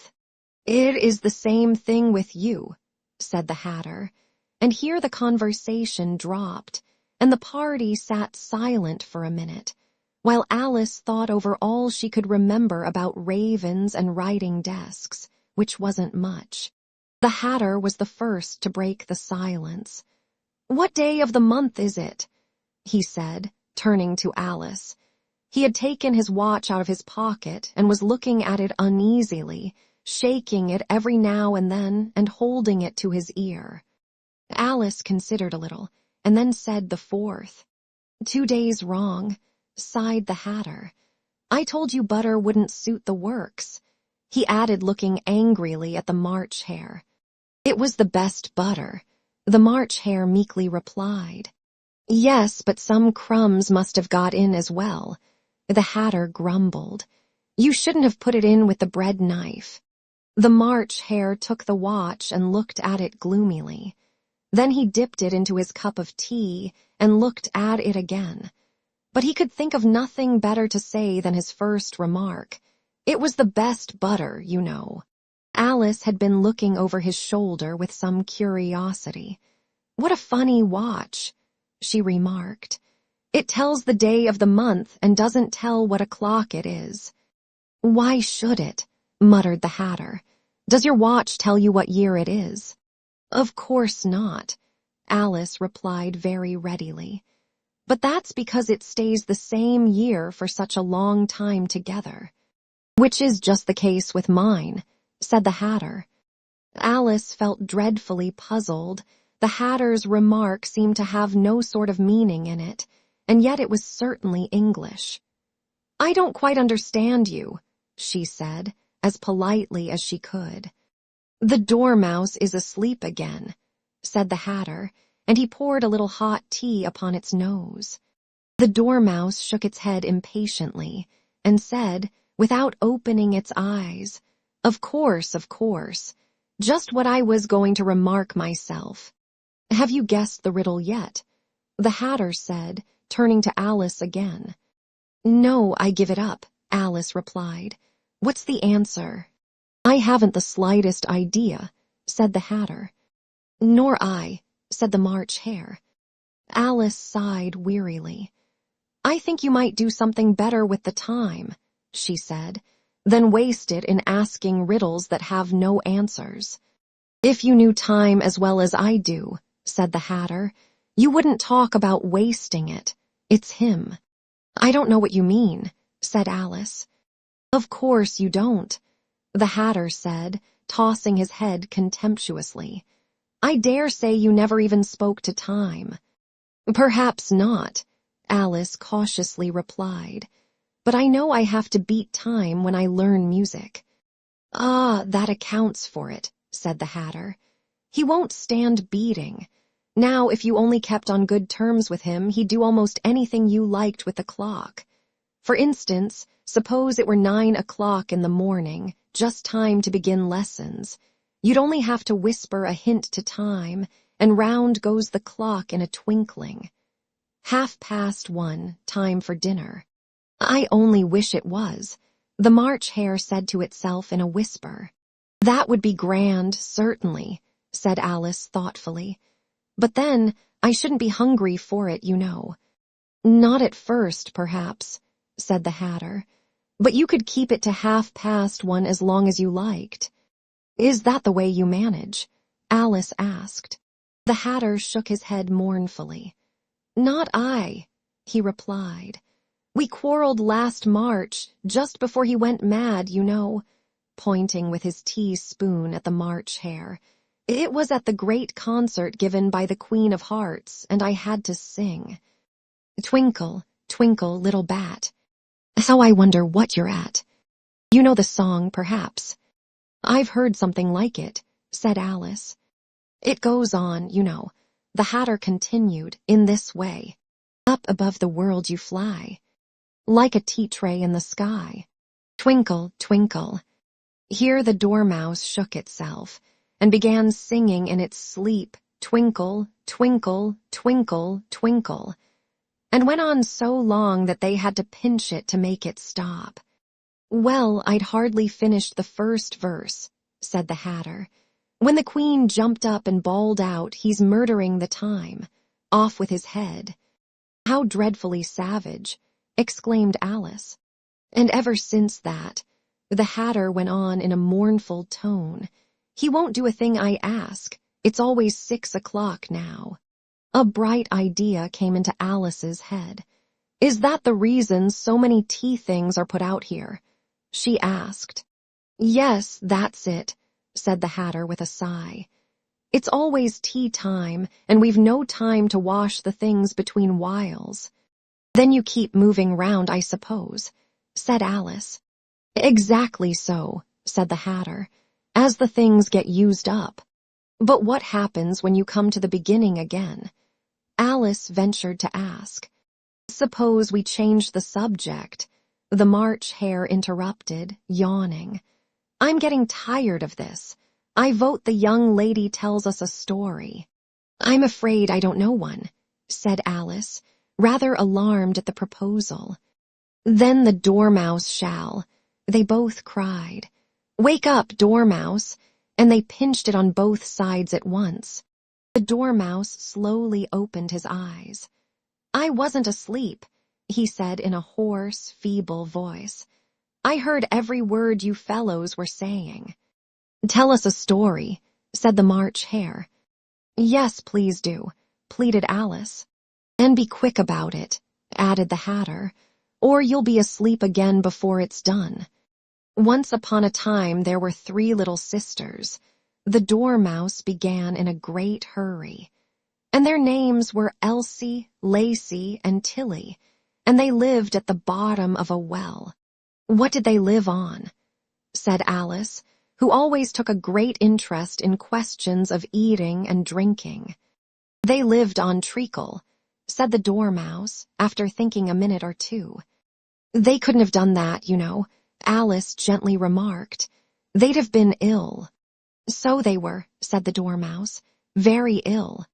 Alice tried to fancy to herself what such an extraordinary way of living would be like, but it puzzled her too much, so she went on. "But why did they live at the bottom of a well?" "Take some more tea," the March Hare said to Alice very earnestly. "I've had nothing yet," Alice replied in an offended tone, "so I can't take more." "You mean you can't take less," said the Hatter. "It's very easy to take more than nothing."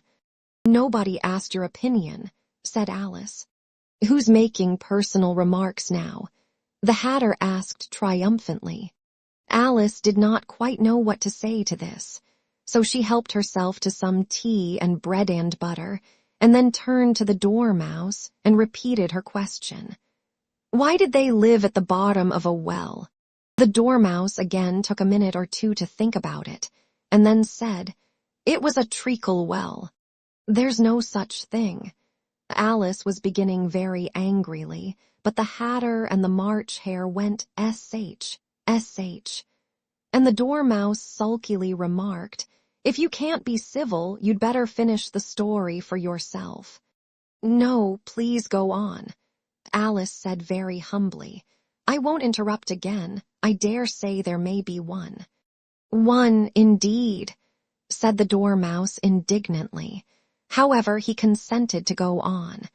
"And so these three little sisters, they were learning to draw, you know." "What did they draw?"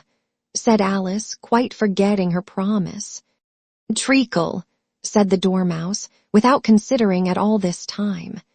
"I want a clean cup," interrupted the Hatter. "Let's all move one place on." He moved on as he spoke, and the Dormouse followed him. The March Hare moved into the Dormouse's place, and Alice rather unwillingly took the place of the March Hare. The Hatter was the only one who got any advantage from the change, and Alice was a good deal worse off than before, as the March Hare had just upset the milk jug into his plate. Alice did not wish to offend the Dormouse again, so she began very cautiously. "But I don't understand. Where did they draw the treacle from?" "You can draw water out of a water well," said the Hatter. "So I should think you could draw treacle out of a treacle well. Stupid." "But they were in the well," Alice said to the Dormouse, not choosing to notice this last remark. "Of course they were," said the Dormouse. "Well in." This answer so confused poor Alice that she let the Dormouse go on for some time without interrupting it. "They were learning to draw," the Dormouse went on, yawning and rubbing its eyes, for it was getting very sleepy. "And they drew all manner of things, everything that begins with an M." "Why with an M?" said Alice. "Why not?" said the March Hare. Alice was silent. The Dormouse had closed its eyes by this time, and was going off into a doze. But on being pinched by the Hatter, it woke up again with a little shriek and went on. "That begins with an M, such as mousetraps and the moon and memory and muchness. You know you say things are much of a muchness. Did you ever see such a thing as a drawing of a muchness?" "Really, now you ask me," said Alice, very much confused. "I don't think." "Then you shouldn't talk," said the Hatter. This piece of rudeness was more than Alice could bear. She got up in great disgust and walked off. The Dormouse fell asleep instantly, and neither of the others took the least notice of her going, though she looked back once or twice, half hoping that they would call after her. The last time she saw them, they were trying to put the Dormouse into the teapot. "At any rate, I'll never go there again," said Alice as she picked her way through the wood. "It's the stupidest tea party I ever was at in all my life." Just as she said this, she noticed that one of the trees had a door leading right into it. "That's very curious," she thought, "but everything's curious today. I think I may as well go in at once." And in she went. Once more she found herself in the long hall and close to the little glass table.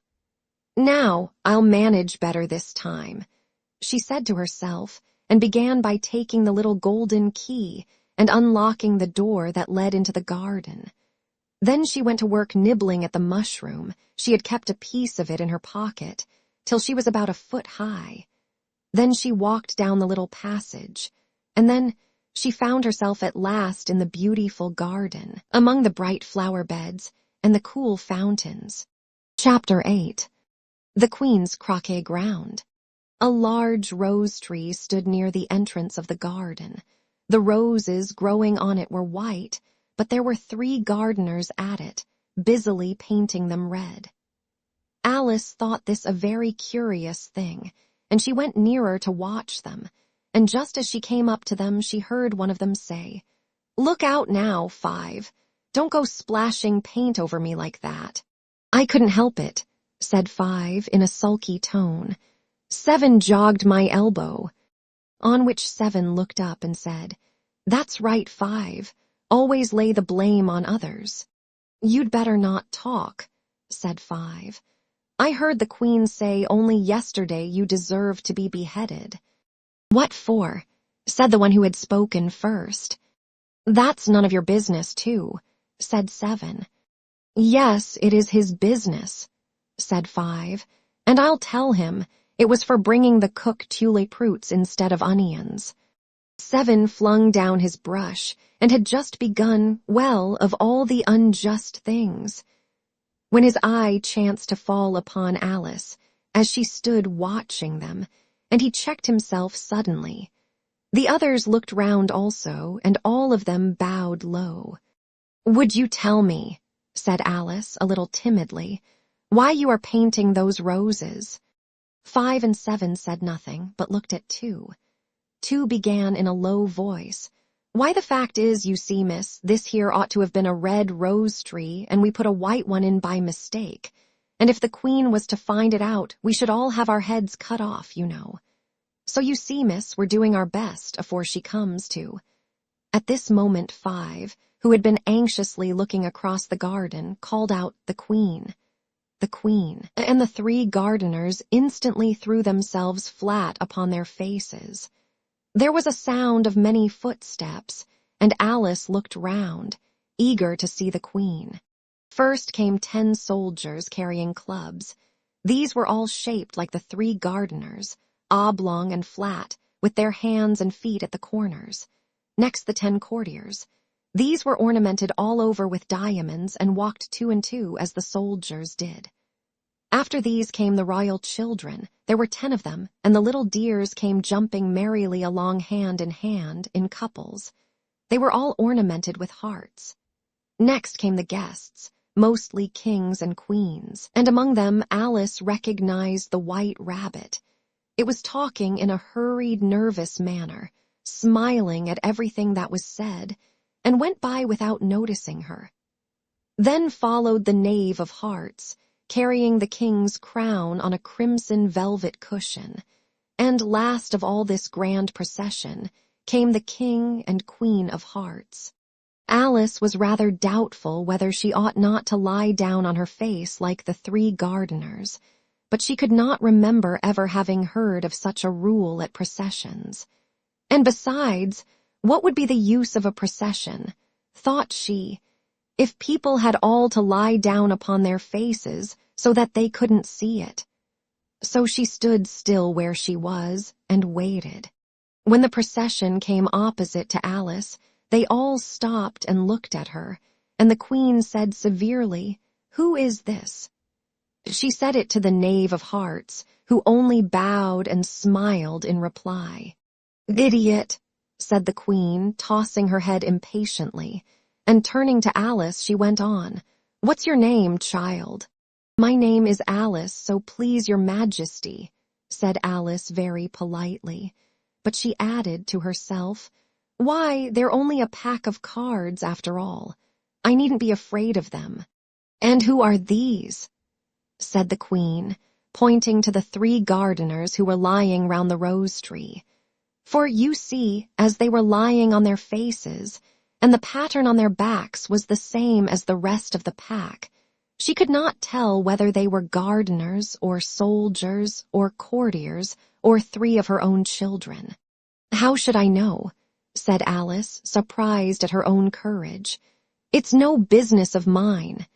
The Queen turned crimson with fury, and after glaring at her for a moment like a wild beast, screamed off with her head. "Off! Nonsense," said Alice, very loudly and decidedly, and the Queen was silent. The King laid his hand upon her arm, and timidly said, "Consider, my dear, she is only a child." The Queen turned angrily away from him, and said to the knave, "Turn them over." The knave did so, very carefully with one foot. "Get up," said the Queen in a shrill, loud voice, and the 3 gardeners instantly jumped up, and began bowing to the king, the queen, the royal children, and everybody else. "Leave off that," screamed the queen. "You make me giddy." And then, turning to the rose tree, she went on, "What have you been doing here?" "May it please your majesty," said two, in a very humble tone, going down on one knee as he spoke. "We were trying." "I see," said the queen, who had meanwhile been examining the roses. "Off with their heads." And the procession moved on, 3 of the soldiers remaining behind to execute the unfortunate gardeners, who ran to Alice for protection. "You shan't be beheaded," said Alice, and she put them into a large flower pot that stood near. The 3 soldiers wandered about for a minute or two, looking for them, and then quietly marched off after the others. "Are their heads off?" shouted the queen. "Their heads are gone, if it please your majesty," the soldiers shouted in reply. "That's right," shouted the queen. "Can you play croquet?" The soldiers were silent and looked at Alice, as the question was evidently meant for her. "Yes," shouted Alice. "Come on, then," roared the queen, and Alice joined the procession, wondering very much what would happen next. It's a very fine day," said a timid voice at her side. She was walking by the white rabbit, who was peeping anxiously into her face. "Very," said Alice. "Where's the Duchess?" "Hush, hush," said the rabbit in a low, hurried tone. He looked anxiously over his shoulder as he spoke, and then raised himself upon tiptoe, put his mouth close to her ear, and whispered, "She's under sentence of execution."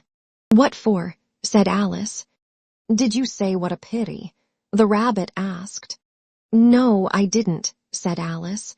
"I don't think it's at all a pity. I said what for." "She boxed the queen's ears," the rabbit began. Alice gave a little scream of laughter. "Oh, hush," the rabbit whispered in a frightened tone. "The queen will hear you. You see, she came rather late," and the queen said. "Get to your places," shouted the queen in a voice of thunder, and people began running about in all directions, tumbling up against each other. However, they got settled down in a minute or two, and the game began.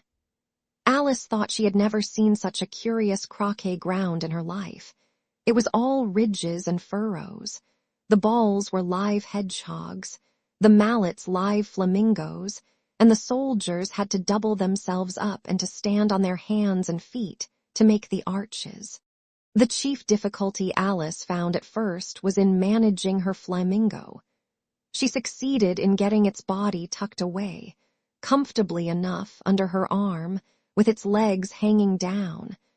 But generally, just as she had got its neck nicely straightened out, and was going to give the hedgehog a blow with its head, it would twist itself round and look up in her face, with such a puzzled expression that she could not help bursting out laughing. And when she had got its head down, and was going to begin again, it was very provoking to find that the hedgehog had unrolled itself, and was in the act of crawling away.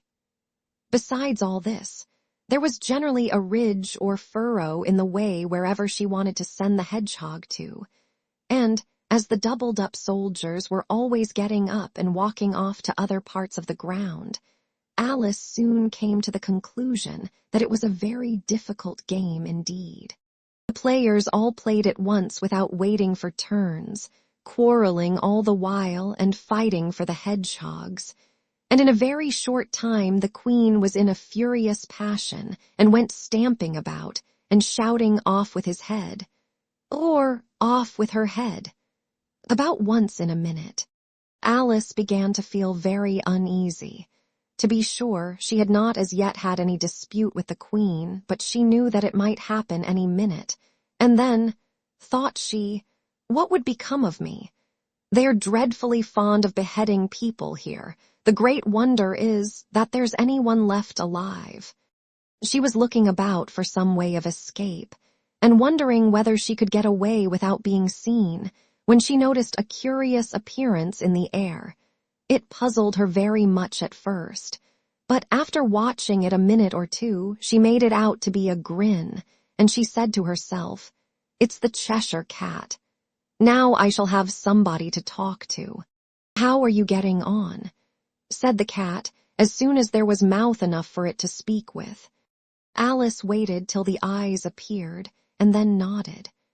"It's no use speaking to it," she thought, "till its ears have come, or at least one of them." In another minute the whole head appeared, and then Alice put down her flamingo and began an account of the game, feeling very glad she had someone to listen to her. The cat seemed to think that there was enough of it now in sight, and no more of it appeared.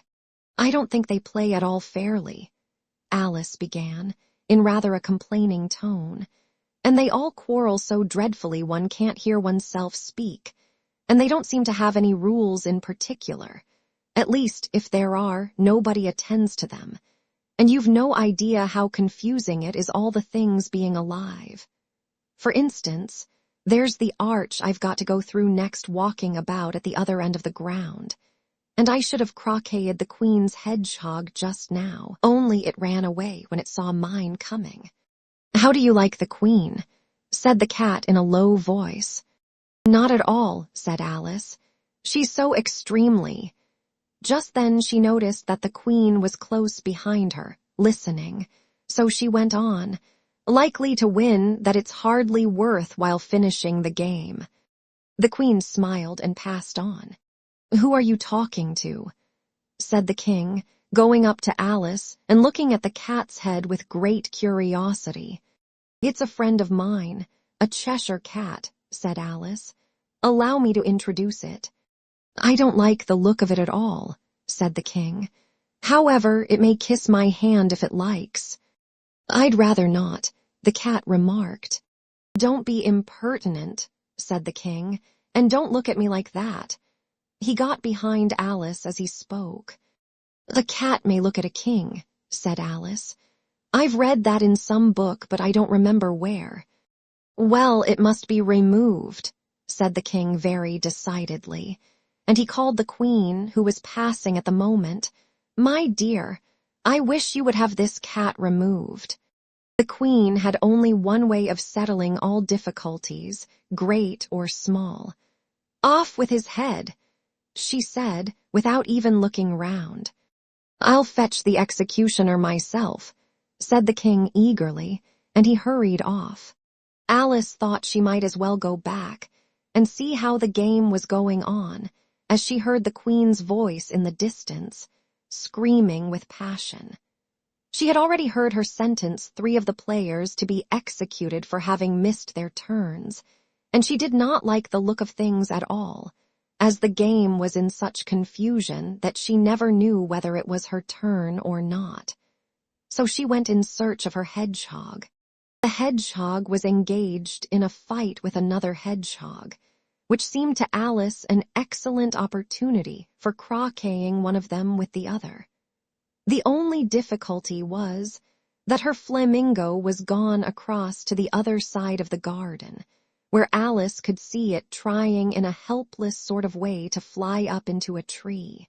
By the time she had caught the flamingo and brought it back, the fight was over, and both the hedgehogs were out of sight. "But it doesn't matter much," thought Alice, "as all the arches are gone from this side of the ground." So she tucked it away under her arm that it might not escape again, and went back for a little more conversation with her friend. When she got back to the Cheshire Cat, she was surprised to find quite a large crowd collected round it. There was a dispute going on between the executioner, the King, and the Queen, who were all talking at once, while all the rest were quite silent and looked very uncomfortable.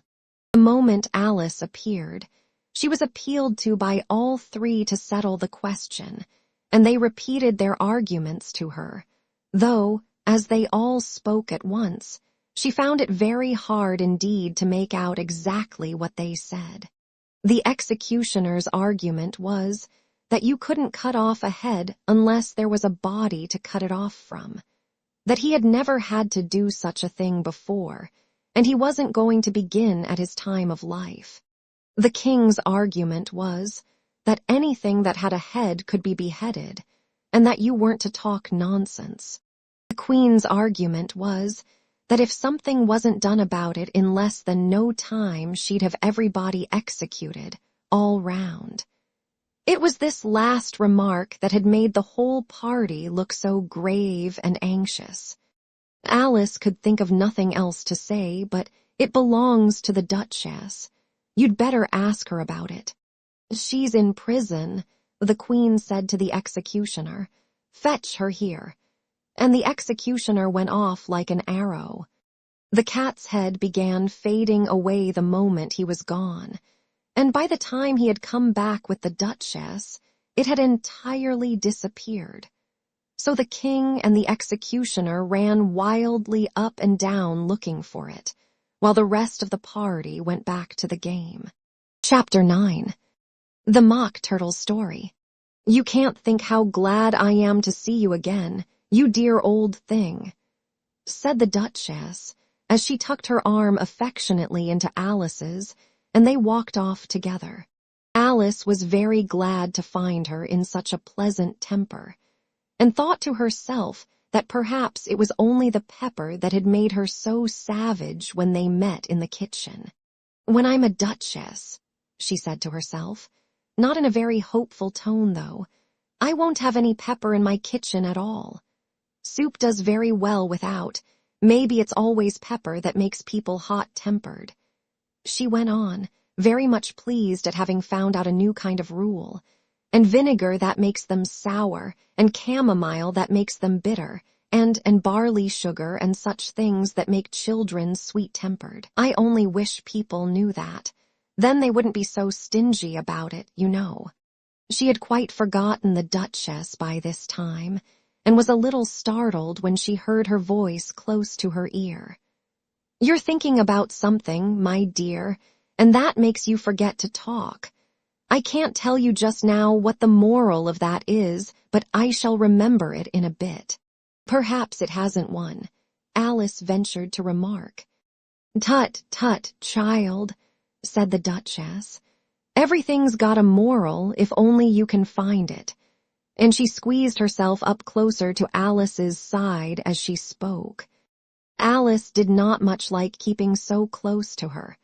First, because the Duchess was very ugly, and secondly, because she was exactly the right height to rest her chin upon Alice's shoulder, and it was an uncomfortably sharp chin.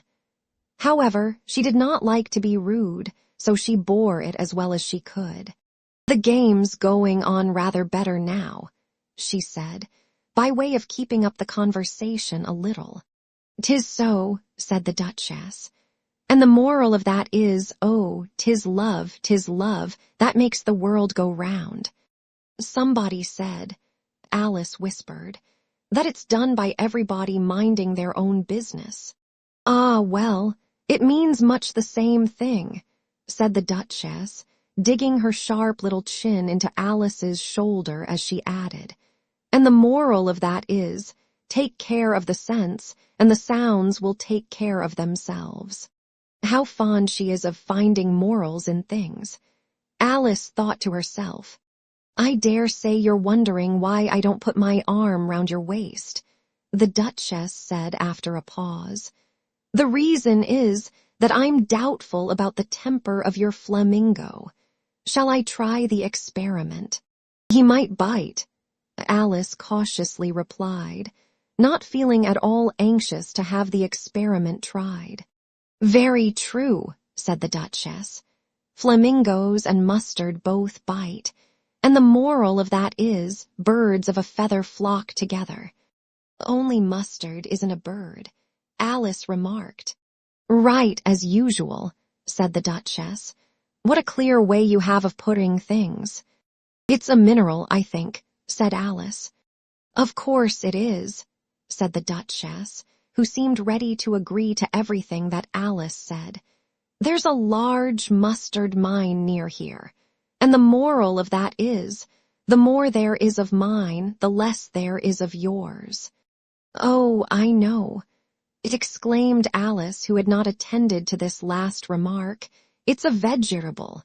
It doesn't look like one, but it is." "I quite agree with you," said the Duchess. "And the moral of that is, be what you would seem to be, or if you'd like it put more simply, never imagine yourself not to be otherwise than what it might appear to others that what you were or might have been was not otherwise than what you had been would have appeared to them to be otherwise."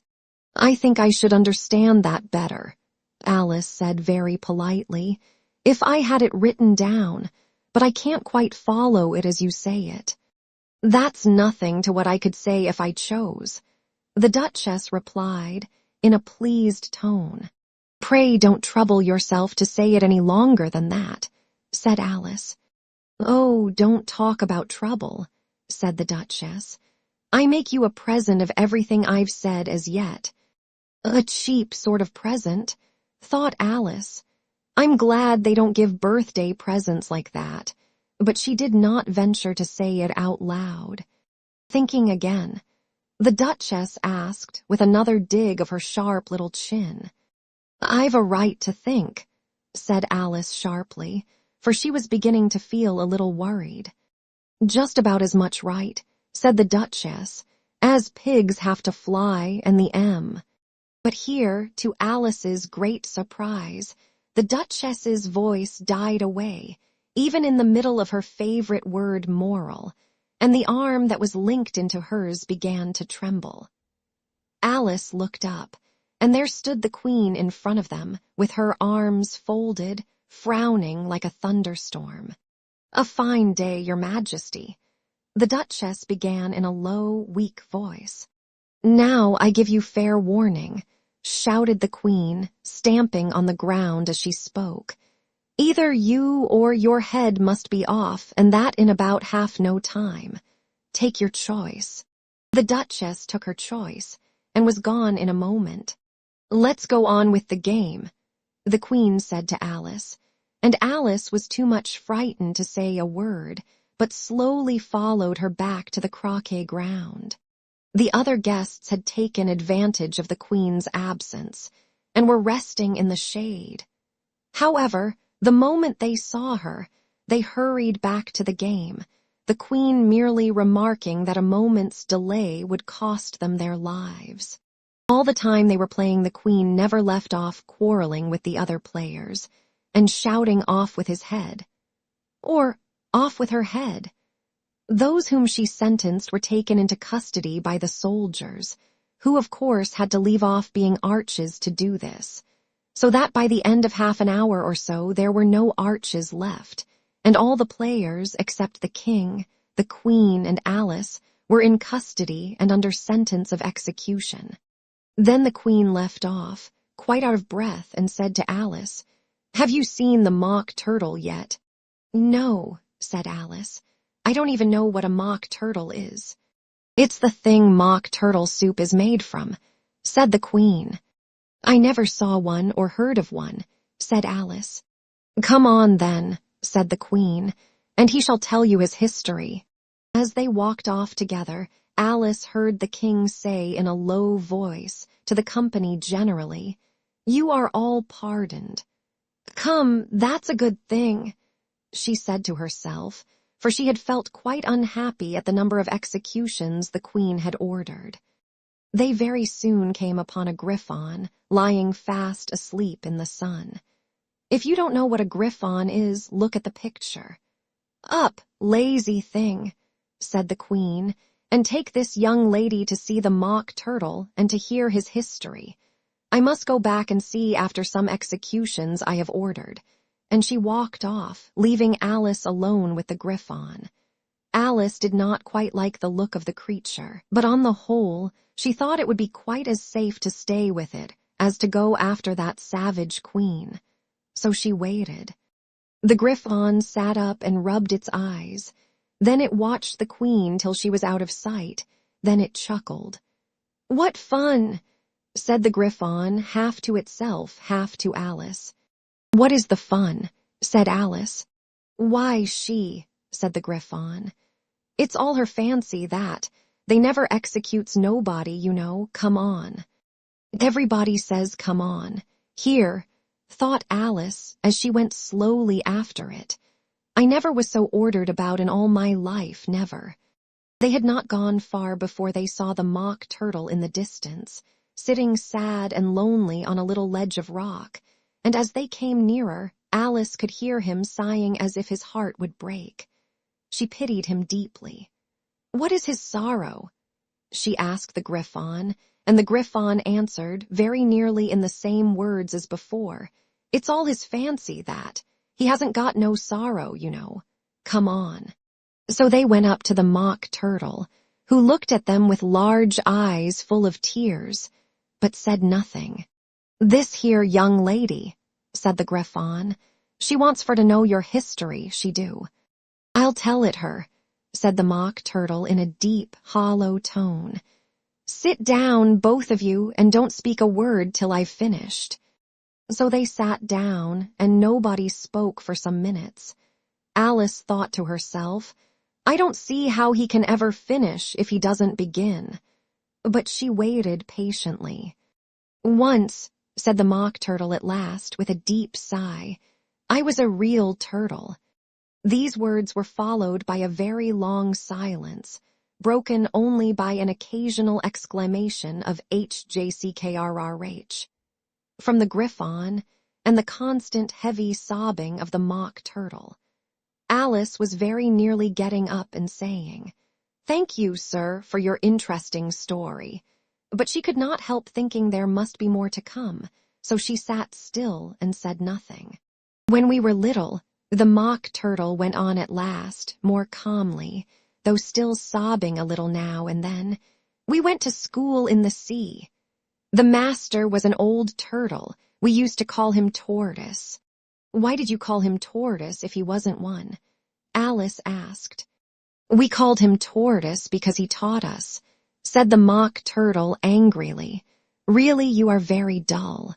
You ought to be ashamed of yourself for asking such a simple question," added the Griffon, and then they both sat silent and looked at poor Alice, who felt ready to sink into the earth. At last the Griffon said to the mock turtle, "Drive on, old fellow, don't be all day about it." And he went on in these words, "Yes, we went to school in the sea, though you mayn't believe it." "I never said I didn't," interrupted Alice. "You did," said the mock turtle. "Hold your tongue," added the Griffon before Alice could speak again. The mock turtle went on. "We had the best of educations. In fact, we went to school every day." "I've been to a day school, too," said Alice. "You needn't be so proud as all that." "With extras?" asked the mock turtle a little anxiously. "Yes," said Alice. "We learned French and music." "And washing," said the mock turtle. "Certainly not," said Alice indignantly. "Ah, then yours wasn't a really good school," said the mock turtle in a tone of great relief. "Now at ours they had at the end of the bill French, music, and washing, extra." "You couldn't have wanted it much," said Alice. "Living at the bottom of the sea." "I couldn't afford to learn it," said the mock turtle with a sigh. "I only took the regular course." "What was that?" inquired Alice. "Reeling and writhing, of course, to begin with," the mock turtle replied. "And then the different branches of arithmetic, ambition, distraction, uglification, and derision." "I never heard of uglification," Alice ventured to say. "What is it?" The Griffon lifted up both its paws in surprise. "What, never heard of uglifying?" it exclaimed. "You know what to beautify is, I suppose." "Yes," said Alice doubtfully. "It means to make anything prettier." "Well then," the Griffon went on, "if you don't know what to uglify is, you are a simpleton." Alice did not feel encouraged to ask any more questions about it, so she turned to the mock turtle and said, "What else had you to learn?" "Well, there was mystery," the mock turtle replied, counting off the subjects on his flappers.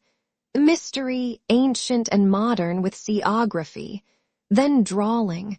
The drawling master was an old conger reel that used to come once a week. He taught us drawling, stretching, and fainting in coils.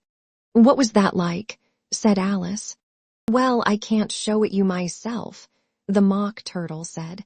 "I'm too stiff, and the Griffon never learnt it." "Hadn't time," said the Griffon. "I went to the classics master, though. He was an old crab, he was." "I never went to him," the Mock Turtle said with a sigh. "He taught laughing and grief, they used to say." So he did," said the Griffon, sighing in his turn, and both creatures hid their faces in their paws. "And how many hours a day did you do lessons?"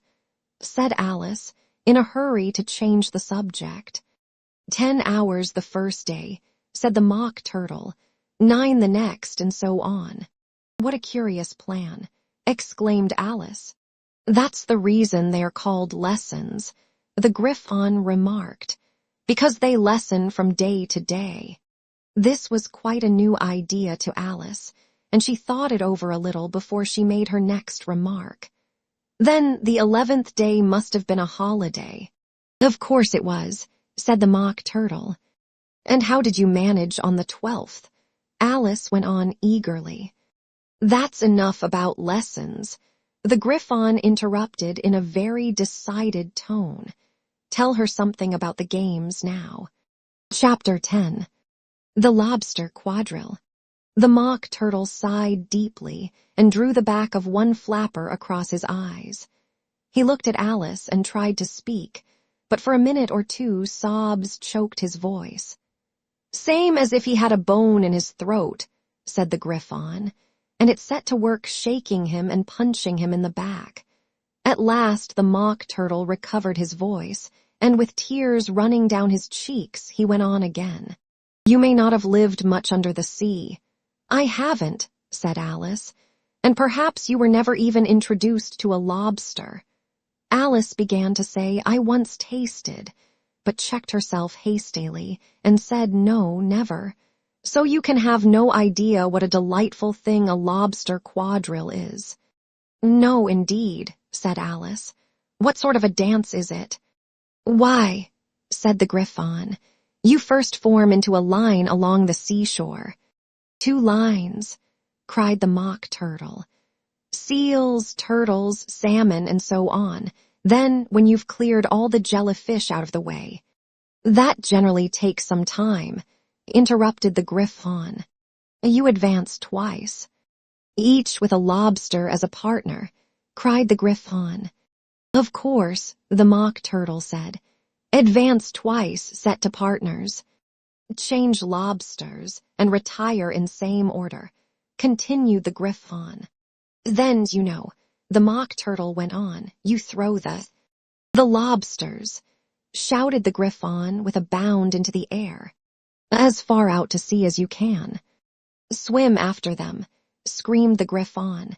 "Turn a somersault in the sea," cried the Mock Turtle, capering wildly about. "Change lobsters again," yelled the Griffon at the top of its voice. "Back to land again, and that's all the first figure," said the Mock Turtle, suddenly dropping his voice. And the 2 creatures, who had been jumping about like mad things all this time, sat down again very sadly and quietly and looked at Alice. "It must be a very pretty dance," said Alice timidly.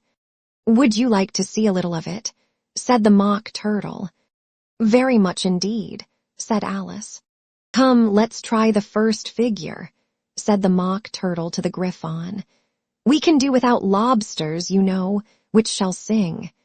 "Oh, you sing," said the Griffon. "I've forgotten the words." So they began solemnly dancing round and round Alice, every now and then treading on her toes when they passed too close, and waving their forepaws to mark the time, while the Mock Turtle sang this, very slowly and sadly. "Will you walk a little faster?" said a whiting to a snail. "There's a porpoise close behind us," and he's treading on my tail. See how eagerly the lobsters and the turtles all advance. They are waiting on the shingle. Will you come and join the dance? Will you, won't you, will you, won't you, will you join the dance? Will you, won't you, will you, won't you join the dance? You can really have no notion how delightful it will be when they take us up and throw us, with the lobsters, out to sea. But the snail replied, too far, and gave a look askance. Said he thanked the whiting kindly, but he would not join the dance. Would not, could not, would not join the dance. Would not, could not, would not, could not join the dance. What matters it how far we go? His scaly friend replied. There is another shore, you know, upon the other side. The further off from England, the nearer is to France. Then turn not pale, beloved snail, but come and join the dance. Will you, won't you, will you, won't you, will you join the dance? Will you, won't you, will you, won't you join the dance? Thank you, it's a very interesting dance to watch, said Alice, feeling very glad that it was over at last. And I do so like that curious song about the whiting. Oh, as to the whiting, said the Mock Turtle, you've seen them, of course. Yes, said Alice, I've often seen them at Din. She checked herself hastily. I don't know where Din may be, said the Mock Turtle, but if you've seen them so often, of course you know what they are like. I believe so, Alice replied thoughtfully. They have their tails in their mouths, and they're all over crumbs. You're wrong about the crumbs, said the Mock Turtle. Crumbs would all wash off in the sea, but they have their tails in their mouths, and the reason is— Here the Mock Turtle yawned and shut his eyes. Tell her about the reason and all that, he said to the Griffon. The reason is, said the Griffon, that they would go with the lobsters to the dance, so they got thrown out to sea, so they had to fall a long way, so they got their tails fast in their mouths, so they couldn't get them out again. That's all. Thank you, said Alice. It's very interesting. I never knew so much about a whiting before. I can tell you more than that if you like, said the Griffon. Do you know why it's called a whiting? I never thought about it, said Alice. Why? It does the boots and shoes. The Griffon replied very solemnly. Alice was thoroughly puzzled. Does the boots and shoes? She repeated in a wondering tone. Why, what are your shoes done with? Said the Griffon. I mean, what makes them so shiny? Alice looked down at them and considered a little before she gave her answer. They're done with blacking, I believe. Boots and shoes under the sea, the Griffon went on in a deep voice, are done with a whiting. Now you know. And what are they made of? Alice asked in a tone of great curiosity. Soles and eels, of course. The Griffon replied rather impatiently. Any shrimp could have told you that. If I'd been the whiting, said Alice, whose thoughts were still running on the song, I'd have said to the porpoise, keep back, please. We don't want you with us. They were obliged to have him with them. The Mock Turtle said, no wise fish would go anywhere without a porpoise. Wouldn't it really? Said Alice in a tone of great surprise. Of course not, said the Mock Turtle. Why, if a fish came to me and told me he was going a journey, I should say with what porpoise. Don't you mean purpose? Said Alice. I mean what I say, the Mock Turtle replied in an offended tone. And the Griffon added, come, let's hear some of your adventures. I could tell you my adventures, beginning from this morning, said Alice a little timidly. But it's no use going back to yesterday because I was a different person then. Explain all that, said the Mock Turtle. No, the adventures first, said the Griffon in an impatient tone. Explanations take such a dreadful time. So Alice began telling them her adventures from the time when she first saw the white rabbit. She was a little nervous about it just at first. The two creatures got so close to her, one on each side, and opened their eyes and mouths so very wide. But she gained courage as she went on. Her listeners were perfectly quiet till she got to the part about her repeating, "You are old, Father William," to the caterpillar, and the words all coming different, and then the mock turtle drew a long breath and said, "That's very curious." "It's all about as curious as it can be," said the Griffon. "It all came different," the mock turtle repeated thoughtfully. "I should like to hear her try and repeat something now. Tell her to begin." He looked at the Griffon as if he thought it had some kind of authority over Alice. "Stand up and repeat, 'Tis the voice of the sluggard," said the Griffon. How the creatures order one about and make one repeat lessons. Thought Alice, I might as well be at school at once. However, she got up and began to repeat it, but her head was so full of the lobster quadrille that she hardly knew what she was saying, and the words came very queer indeed. "'Tis the voice of the lobster," I heard him declare. "You have baked me too brown, I must sugar my hair. As a duck with its eyelids, so he with his nose. Trims his belt and his buttons, and turns out his toes." Later editions continued as follows. "When the sands are all dry, he is gay as a lark, and will talk in contemptuous tones of the shark. But when the tide rises and sharks are around, his voice has a timid and tremulous sound. That's different from what I used to say when I was a child," said the Griffon. "Well, I never heard it before," said the mock turtle, "but it sounds uncommon nonsense." Alice said nothing. She had sat down with her face in her hands, wondering if anything would ever happen in a natural way again. "I should like to have it explained," said the mock turtle. "She can't explain it," said the Griffon hastily. "Go on with the next verse." "But about his toes," the mock turtle persisted. "How could he turn them out with his nose, you know? It's the first position in dancing." Alice said, but was dreadfully puzzled by the whole thing and longed to change the subject. "Go on with the next verse," the Griffon repeated impatiently. "It begins, 'I passed by his garden.'" Alice did not dare to disobey, though she felt sure it would all come wrong, and she went on in a trembling voice. "I passed by his garden, and marked with one eye how the owl and the panther were sharing a pie." Later editions continued as follows. "The panther took pie crust, and gravy and meat, while the owl had the dish as its share of the treat. When the pie was all finished, the owl, as a boon, was kindly permitted to pocket the spoon, while the panther received knife and fork with a growl, and concluded the banquet." "What is the use of repeating all that stuff?" the mock turtle interrupted. "If you don't explain it as you go on, it's by far the most confusing thing I ever heard." "Yes, I think you'd better leave off," said the Griffon, and Alice was only too glad to do so. "Shall we try another figure of the lobster quadrille?" the Griffon went on. "Or would you like the mock turtle to sing you a song?"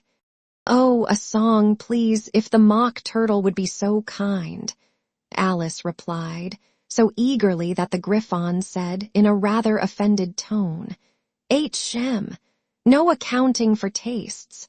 Sing her turtle soup, will you, old fellow?" The mock turtle sighed deeply, and began, in a voice sometimes choked with sobs, to sing this. "Beautiful soup, so rich and green, waiting in a hot tureen. Who for such dainties would not stoop? Soup of the evening, beautiful soup. Soup of the evening, beautiful soup. Beautiful soup, oop. Beautiful soup, oop. Soup of the evening." Beautiful, beautiful soup. Beautiful soup. Who cares for fish, game, or any other dish? Who would not give all else for 2p? Pennyworth only of beautiful soup. Pennyworth only of beautiful soup. Beautiful soup. Oop. Beautiful soup. Oop. Soup of the evening. Beautiful, beautiful soup. Chorus again, cried the Griffon, and the mock turtle had just begun to repeat it when a cry of the trial's beginning was heard in the distance. Come on, cried the Griffon, and taking Alice by the hand, it hurried off, without waiting for the end of the song. What trial is it?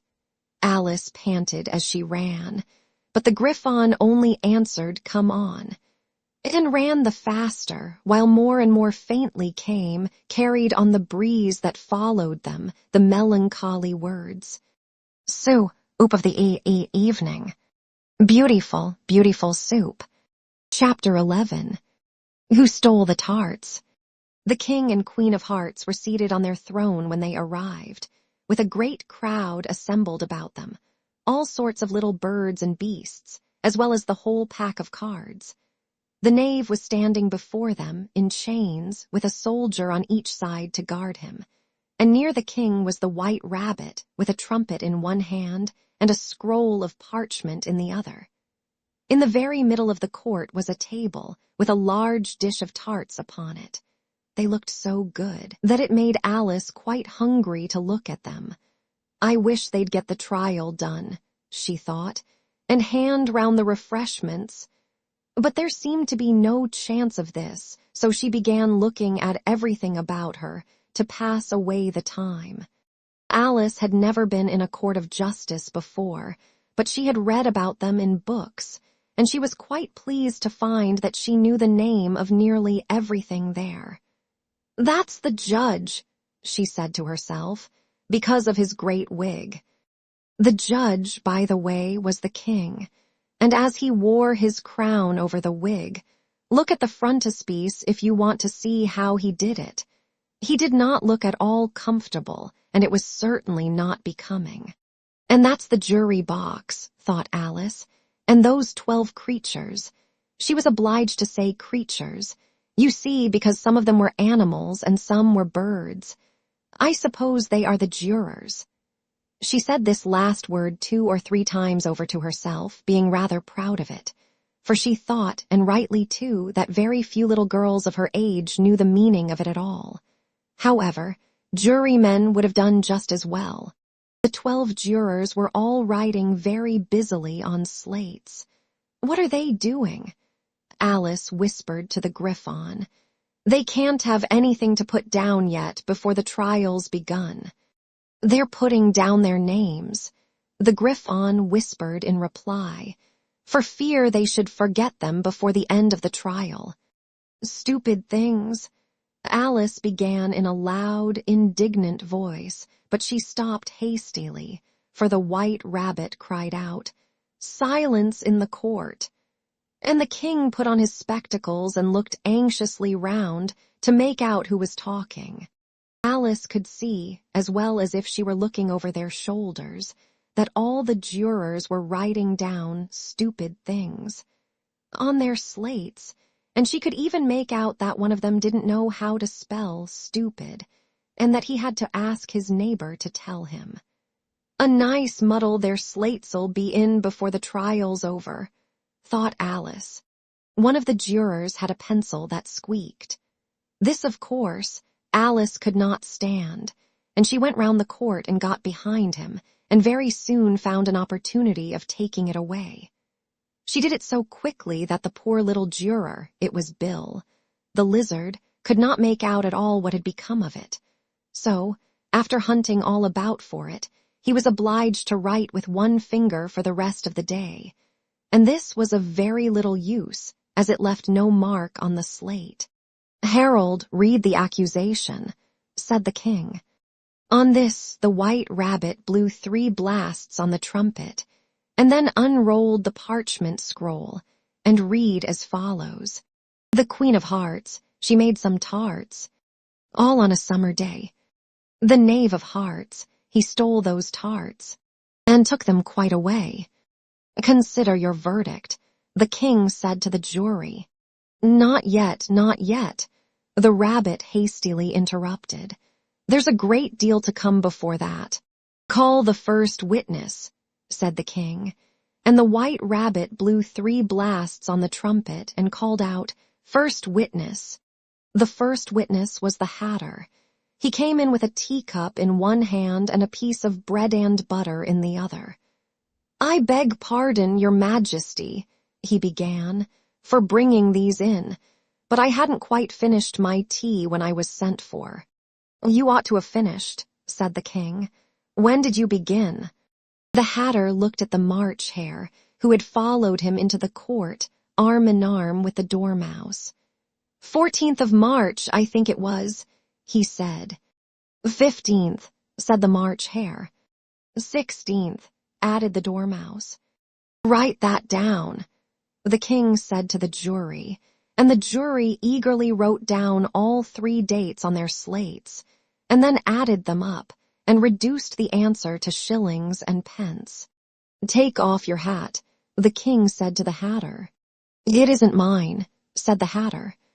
Stolen, the king exclaimed, turning to the jury, who instantly made a memorandum of the fact. I keep them to sell, the hatter added as an explanation. I've none of my own, I'm a hatter. Here the queen put on her spectacles and began staring at the hatter, who turned pale and fidgeted. Give your evidence, said the king, and don't be nervous, or I'll have you executed on the spot. This did not seem to encourage the witness at all. He kept shifting from one foot to the other, looking uneasily at the queen, and in his confusion he bit a large piece out of his teacup instead of the bread and butter. Just at this moment, Alice felt a very curious sensation, which puzzled her a good deal until she made out what it was. She was beginning to grow larger again, and she thought at first she would get up and leave the court. But on second thoughts, she decided to remain where she was as long as there was room for her. I wish you wouldn't squeeze so, said the Dormouse, who was sitting next to her. I can hardly breathe. I can't help it, said Alice very meekly. I'm growing. You've no right to grow here, said the Dormouse. Don't talk nonsense, said Alice more boldly. You know you're growing too. Yes, but I grow at a reasonable pace, said the Dormouse. Not in that ridiculous fashion. And he got up very sulkily and crossed over to the other side of the court. All this time the queen had never left off staring at the hatter, and just as the Dormouse crossed the court, she said to one of the officers of the court, Bring me the list of the singers in the last concert. On which the wretched hatter trembled so that he shook both his shoes off. Give your evidence, the king repeated angrily, or I'll have you executed whether you're nervous or not. I'm a poor man, your majesty, the hatter began in a trembling voice, and I hadn't begun my tea, not above a week or so, and what with the bread and butter getting so thin, and the twinkling of the tea. The twinkling of the what? Said the king. It began with the tea, the hatter replied. Of course, twinkling begins with a T, said the king sharply. Do you take me for a dunce? Go on. I'm a poor man, the hatter went on, and most things twinkled after that, only the March Hare said. I didn't, the March Hare interrupted in a great hurry. You did, said the hatter. I deny it, said the March Hare. He denies it, said the king. Leave out that part. Well, at any rate, the Dormouse said. The hatter went on, looking anxiously round to see if he would deny it too. But the Dormouse denied nothing, being fast asleep. After that, continued the hatter, I cut some more bread and butter. But what did the Dormouse say? One of the jury asked. That I can't remember, said the Hatter. "You must remember," remarked the king, "or I'll have you executed." The miserable Hatter dropped his teacup and bread and butter and went down on one knee. "I'm a poor man, your majesty," he began. "You're a very poor speaker," said the king. Here one of the guinea pigs cheered and was immediately suppressed by the officers of the court. As that is rather a hard word, I will just explain to you how it was done. They had a large canvas bag which tied up at the mouth with strings.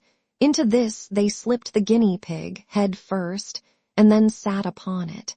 "I'm glad I've seen that done," thought Alice. "I've so often read in the newspapers at the end of trials. There was some attempt at applause which was immediately suppressed by the officers of the court, and I never understood what it meant till now. If that's all you know about it, you may stand down," continued the king. "I can't go no lower," said the Hatter. "I'm on the floor as it is." "Then you may sit down," the king replied. Here the other guinea pig cheered and was suppressed. "Come, that finished the guinea pigs," thought Alice. "Now we shall get on better." "I'd rather finish my tea," said the Hatter, with an anxious look at the queen, who was reading the list of singers. "You may go," said the king, and the Hatter hurriedly left the court without even waiting to put his shoes on.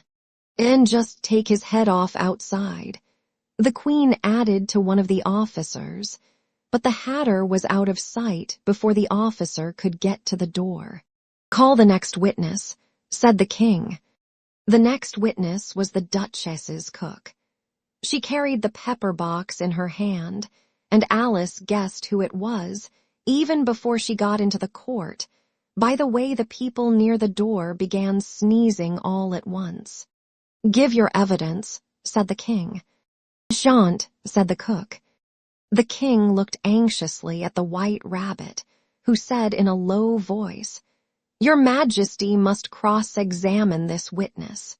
"Well, if I must, I must," the king said with a melancholy air, and after folding his arms and frowning at the cook till his eyes were nearly out of sight, he said in a deep voice, "What are tarts made of?" "Pepper mostly," said the cook. "Treacle," said a sleepy voice behind her. "Collar that dormouse," the queen shrieked out. "Behead that dormouse, turn that dormouse out of court, suppress him, pinch him off with his whiskers." For some minutes the whole court was in confusion, getting the dormouse turned out, and by the time they had settled down again, the cook had disappeared.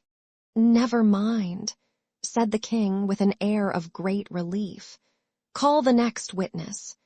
And he added in an undertone to the queen, "Really, my dear, you must cross-examine the next witness. It quite makes my forehead ache." Alice watched the White Rabbit as he fumbled over the list, feeling very curious to see what the next witness would be like. "For they haven't got much evidence yet," she said to herself.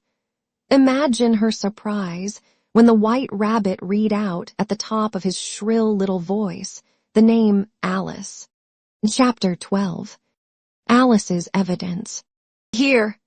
cried Alice, quite forgetting in the flurry of the moment how large she had grown in the last few minutes, and she jumped up in such a hurry that she tipped over the jury box with the edge of her skirt, upsetting all the jurymen on to the heads of the crowd below, and there they lay sprawling about, reminding her very much of a globe of goldfish she had accidentally upset the week before. "Oh, I beg your pardon," she exclaimed in a tone of great dismay, and began picking them up again as quickly as she could, for the accident of the goldfish kept running in her head, and she had a vague sort of idea that they must be collected at once and put back into the jury box, or they would die. "The trial cannot proceed," said the king in a very grave voice, "until all the jurymen are back in their proper places, all," he repeated with great emphasis, looking hard at Alice as he said so. Alice looked at the jury box and saw that, in her haste, she had put the lizard in head downwards, and the poor little thing was waving its tail about in a melancholy way, being quite unable to move. She soon got it out again and put it right. "Not that it signifies much," she said to herself. "I should think it would be quite as much use in the trial one way up as the other." As soon as the jury had a little recovered from the shock of being upset, and their slates and pencils had been found and handed back to them, they set to work very diligently to write out a history of the accident, all except the lizard, who seemed too much overcome to do anything but sit with its mouth open, gazing up into the roof of the court. "What do you know about this business?" the king said to Alice. "Nothing," said Alice. "Nothing whatever," persisted the king. "Nothing whatever," said Alice. "That's very important," the king said, turning to the jury. They were just beginning to write this down on their slates when the White Rabbit interrupted.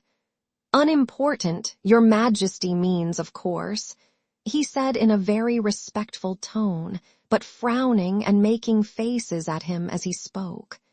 "Unimportant, of course, I meant," the king hastily said, and went on to himself in an undertone. "Important, unimportant, unimportant, important," as if he were trying which word sounded best. Some of the jury wrote it down, important, and some unimportant. Alice could see this, as she was near enough to look over their slates, but it doesn't matter a bit, she thought to herself. At this moment the king, who had been for some time busily writing in his notebook, cackled out silence, and read out from his book, Rule 42, all persons more than a mile high to leave the court. Everybody looked at Alice. "I'm not a mile high," said Alice. "You are," said the king. "Nearly 2 miles high," added the queen.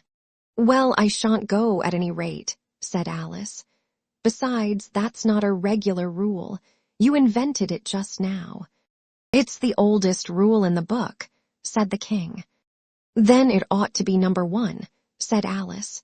The king turned pale and shut his notebook hastily. "Consider your verdict," he said to the jury in a low, trembling voice. "There's more evidence to come yet, please your majesty," said the White Rabbit, jumping up in a great hurry. "This paper has just been picked up."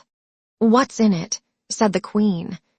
"I haven't opened it yet," said the White Rabbit, "but it seems to be a letter written by the prisoner to somebody."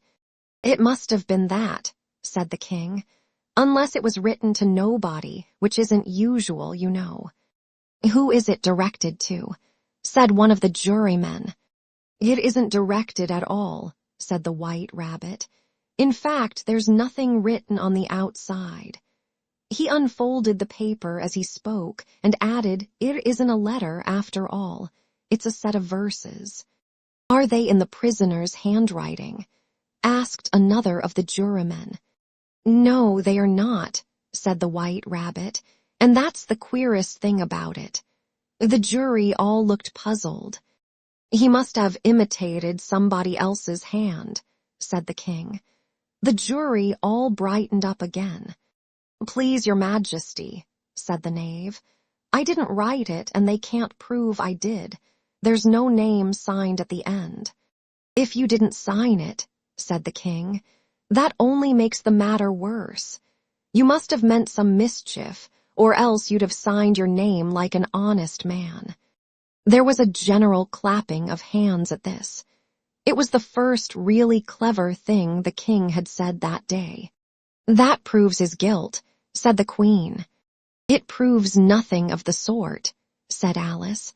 "Why, you don't even know what they are about." "Read them," said the king. The White Rabbit put on his spectacles. "Where shall I begin, please your majesty?" he asked. "Begin at the beginning," the king said gravely, "and go on till you come to the end. Then stop." These were the verses the White Rabbit read. They told me you had been to her, and mentioned me to him. She gave me a good character, but said I could not swim. He sent them word I had not gone. We know it to be true. If she should push the matter on, what would become of you? I gave her one, they gave him two. You gave us 3 or more. They all returned from him to you, though they were mine before. If I or she should chance to be involved in this affair, he trusts to you to set them free, exactly as we were. My notion was that you had been, before she had this fit, an obstacle that came between him and ourselves and it. Don't let him know she liked them best, for this must ever be a secret kept from all the rest, between yourself and me. That's the most important piece of evidence we've heard yet, said the king, rubbing his hands. So now let the jury, if any one of them can explain it, said Alice. She had grown so large in the last few minutes that she wasn't a bit afraid of interrupting him. I'll give him 6pence. I don't believe there's an atom of meaning in it. The jury all wrote down on their slates. She doesn't believe there's an atom of meaning in it, but none of them attempted to explain the paper. If there's no meaning in it, said the king, that saves a world of trouble, you know, as we needn't try to find any. And yet I don't know, he went on, spreading out the verses on his knee and looking at them with one eye. I seem to see some meaning in them after all. Said I could not swim. You can't swim, can you? He added, turning to the knave. The knave shook his head sadly. Do I look like it? He said, which he certainly did not, being made entirely of cardboard. All right so far, said the king, and he went on muttering over the verses to himself.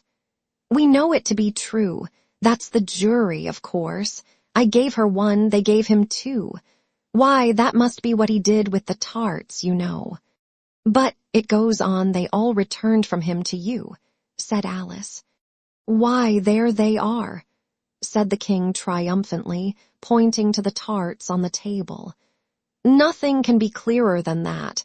Then again, before she had this fit, you never had fits, my dear, I think, he said to the queen. Never, said the queen furiously, throwing an inkstand at the lizard as she spoke. The unfortunate little Bill had left off writing on his slate with 1 finger, as he found it made no mark, but he now hastily began again, using the ink that was trickling down his face as long as it lasted. Then the words don't fit you, said the king, looking round the court with a smile. There was a dead silence. It's a pun, the king added in an offended tone, and everybody laughed.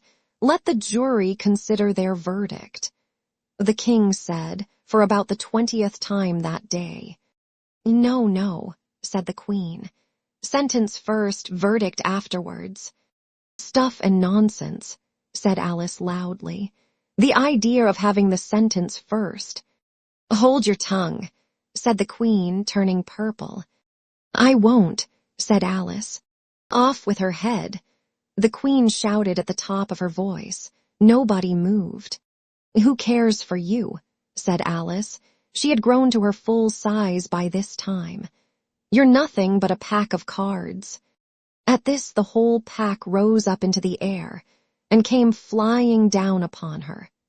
She gave a little scream, half of fright and half of anger, and tried to beat them off, and found herself lying on the bank with her head in the lap of her sister, who was gently brushing away some dead leaves that had fluttered down from the trees upon her face. Wake up, Alice dear, said her sister. Why, what a long sleep you've had.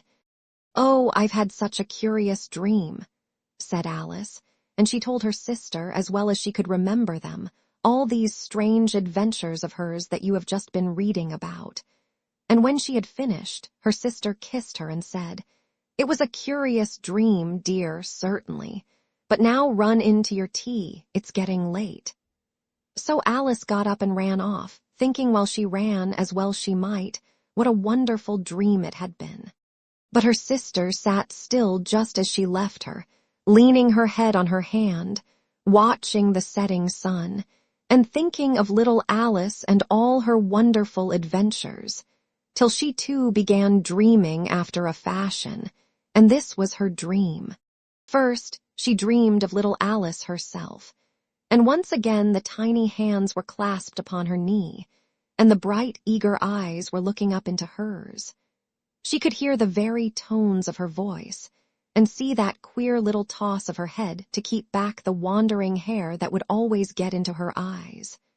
And still, as she listened, or seemed to listen, the whole place around her became alive with the strange creatures of her little sister's dream. The long grass rustled at her feet as the white rabbit hurried by. The frightened mouse splashed his way through the neighboring pool.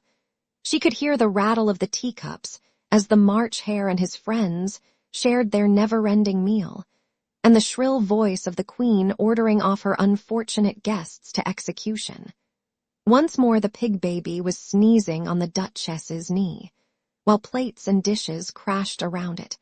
Once more the shriek of the Griffon, the squeaking of the lizard's slate pencil, and the choking of the suppressed guinea pigs filled the air, mixed up with the distant sobs of the miserable mock turtle.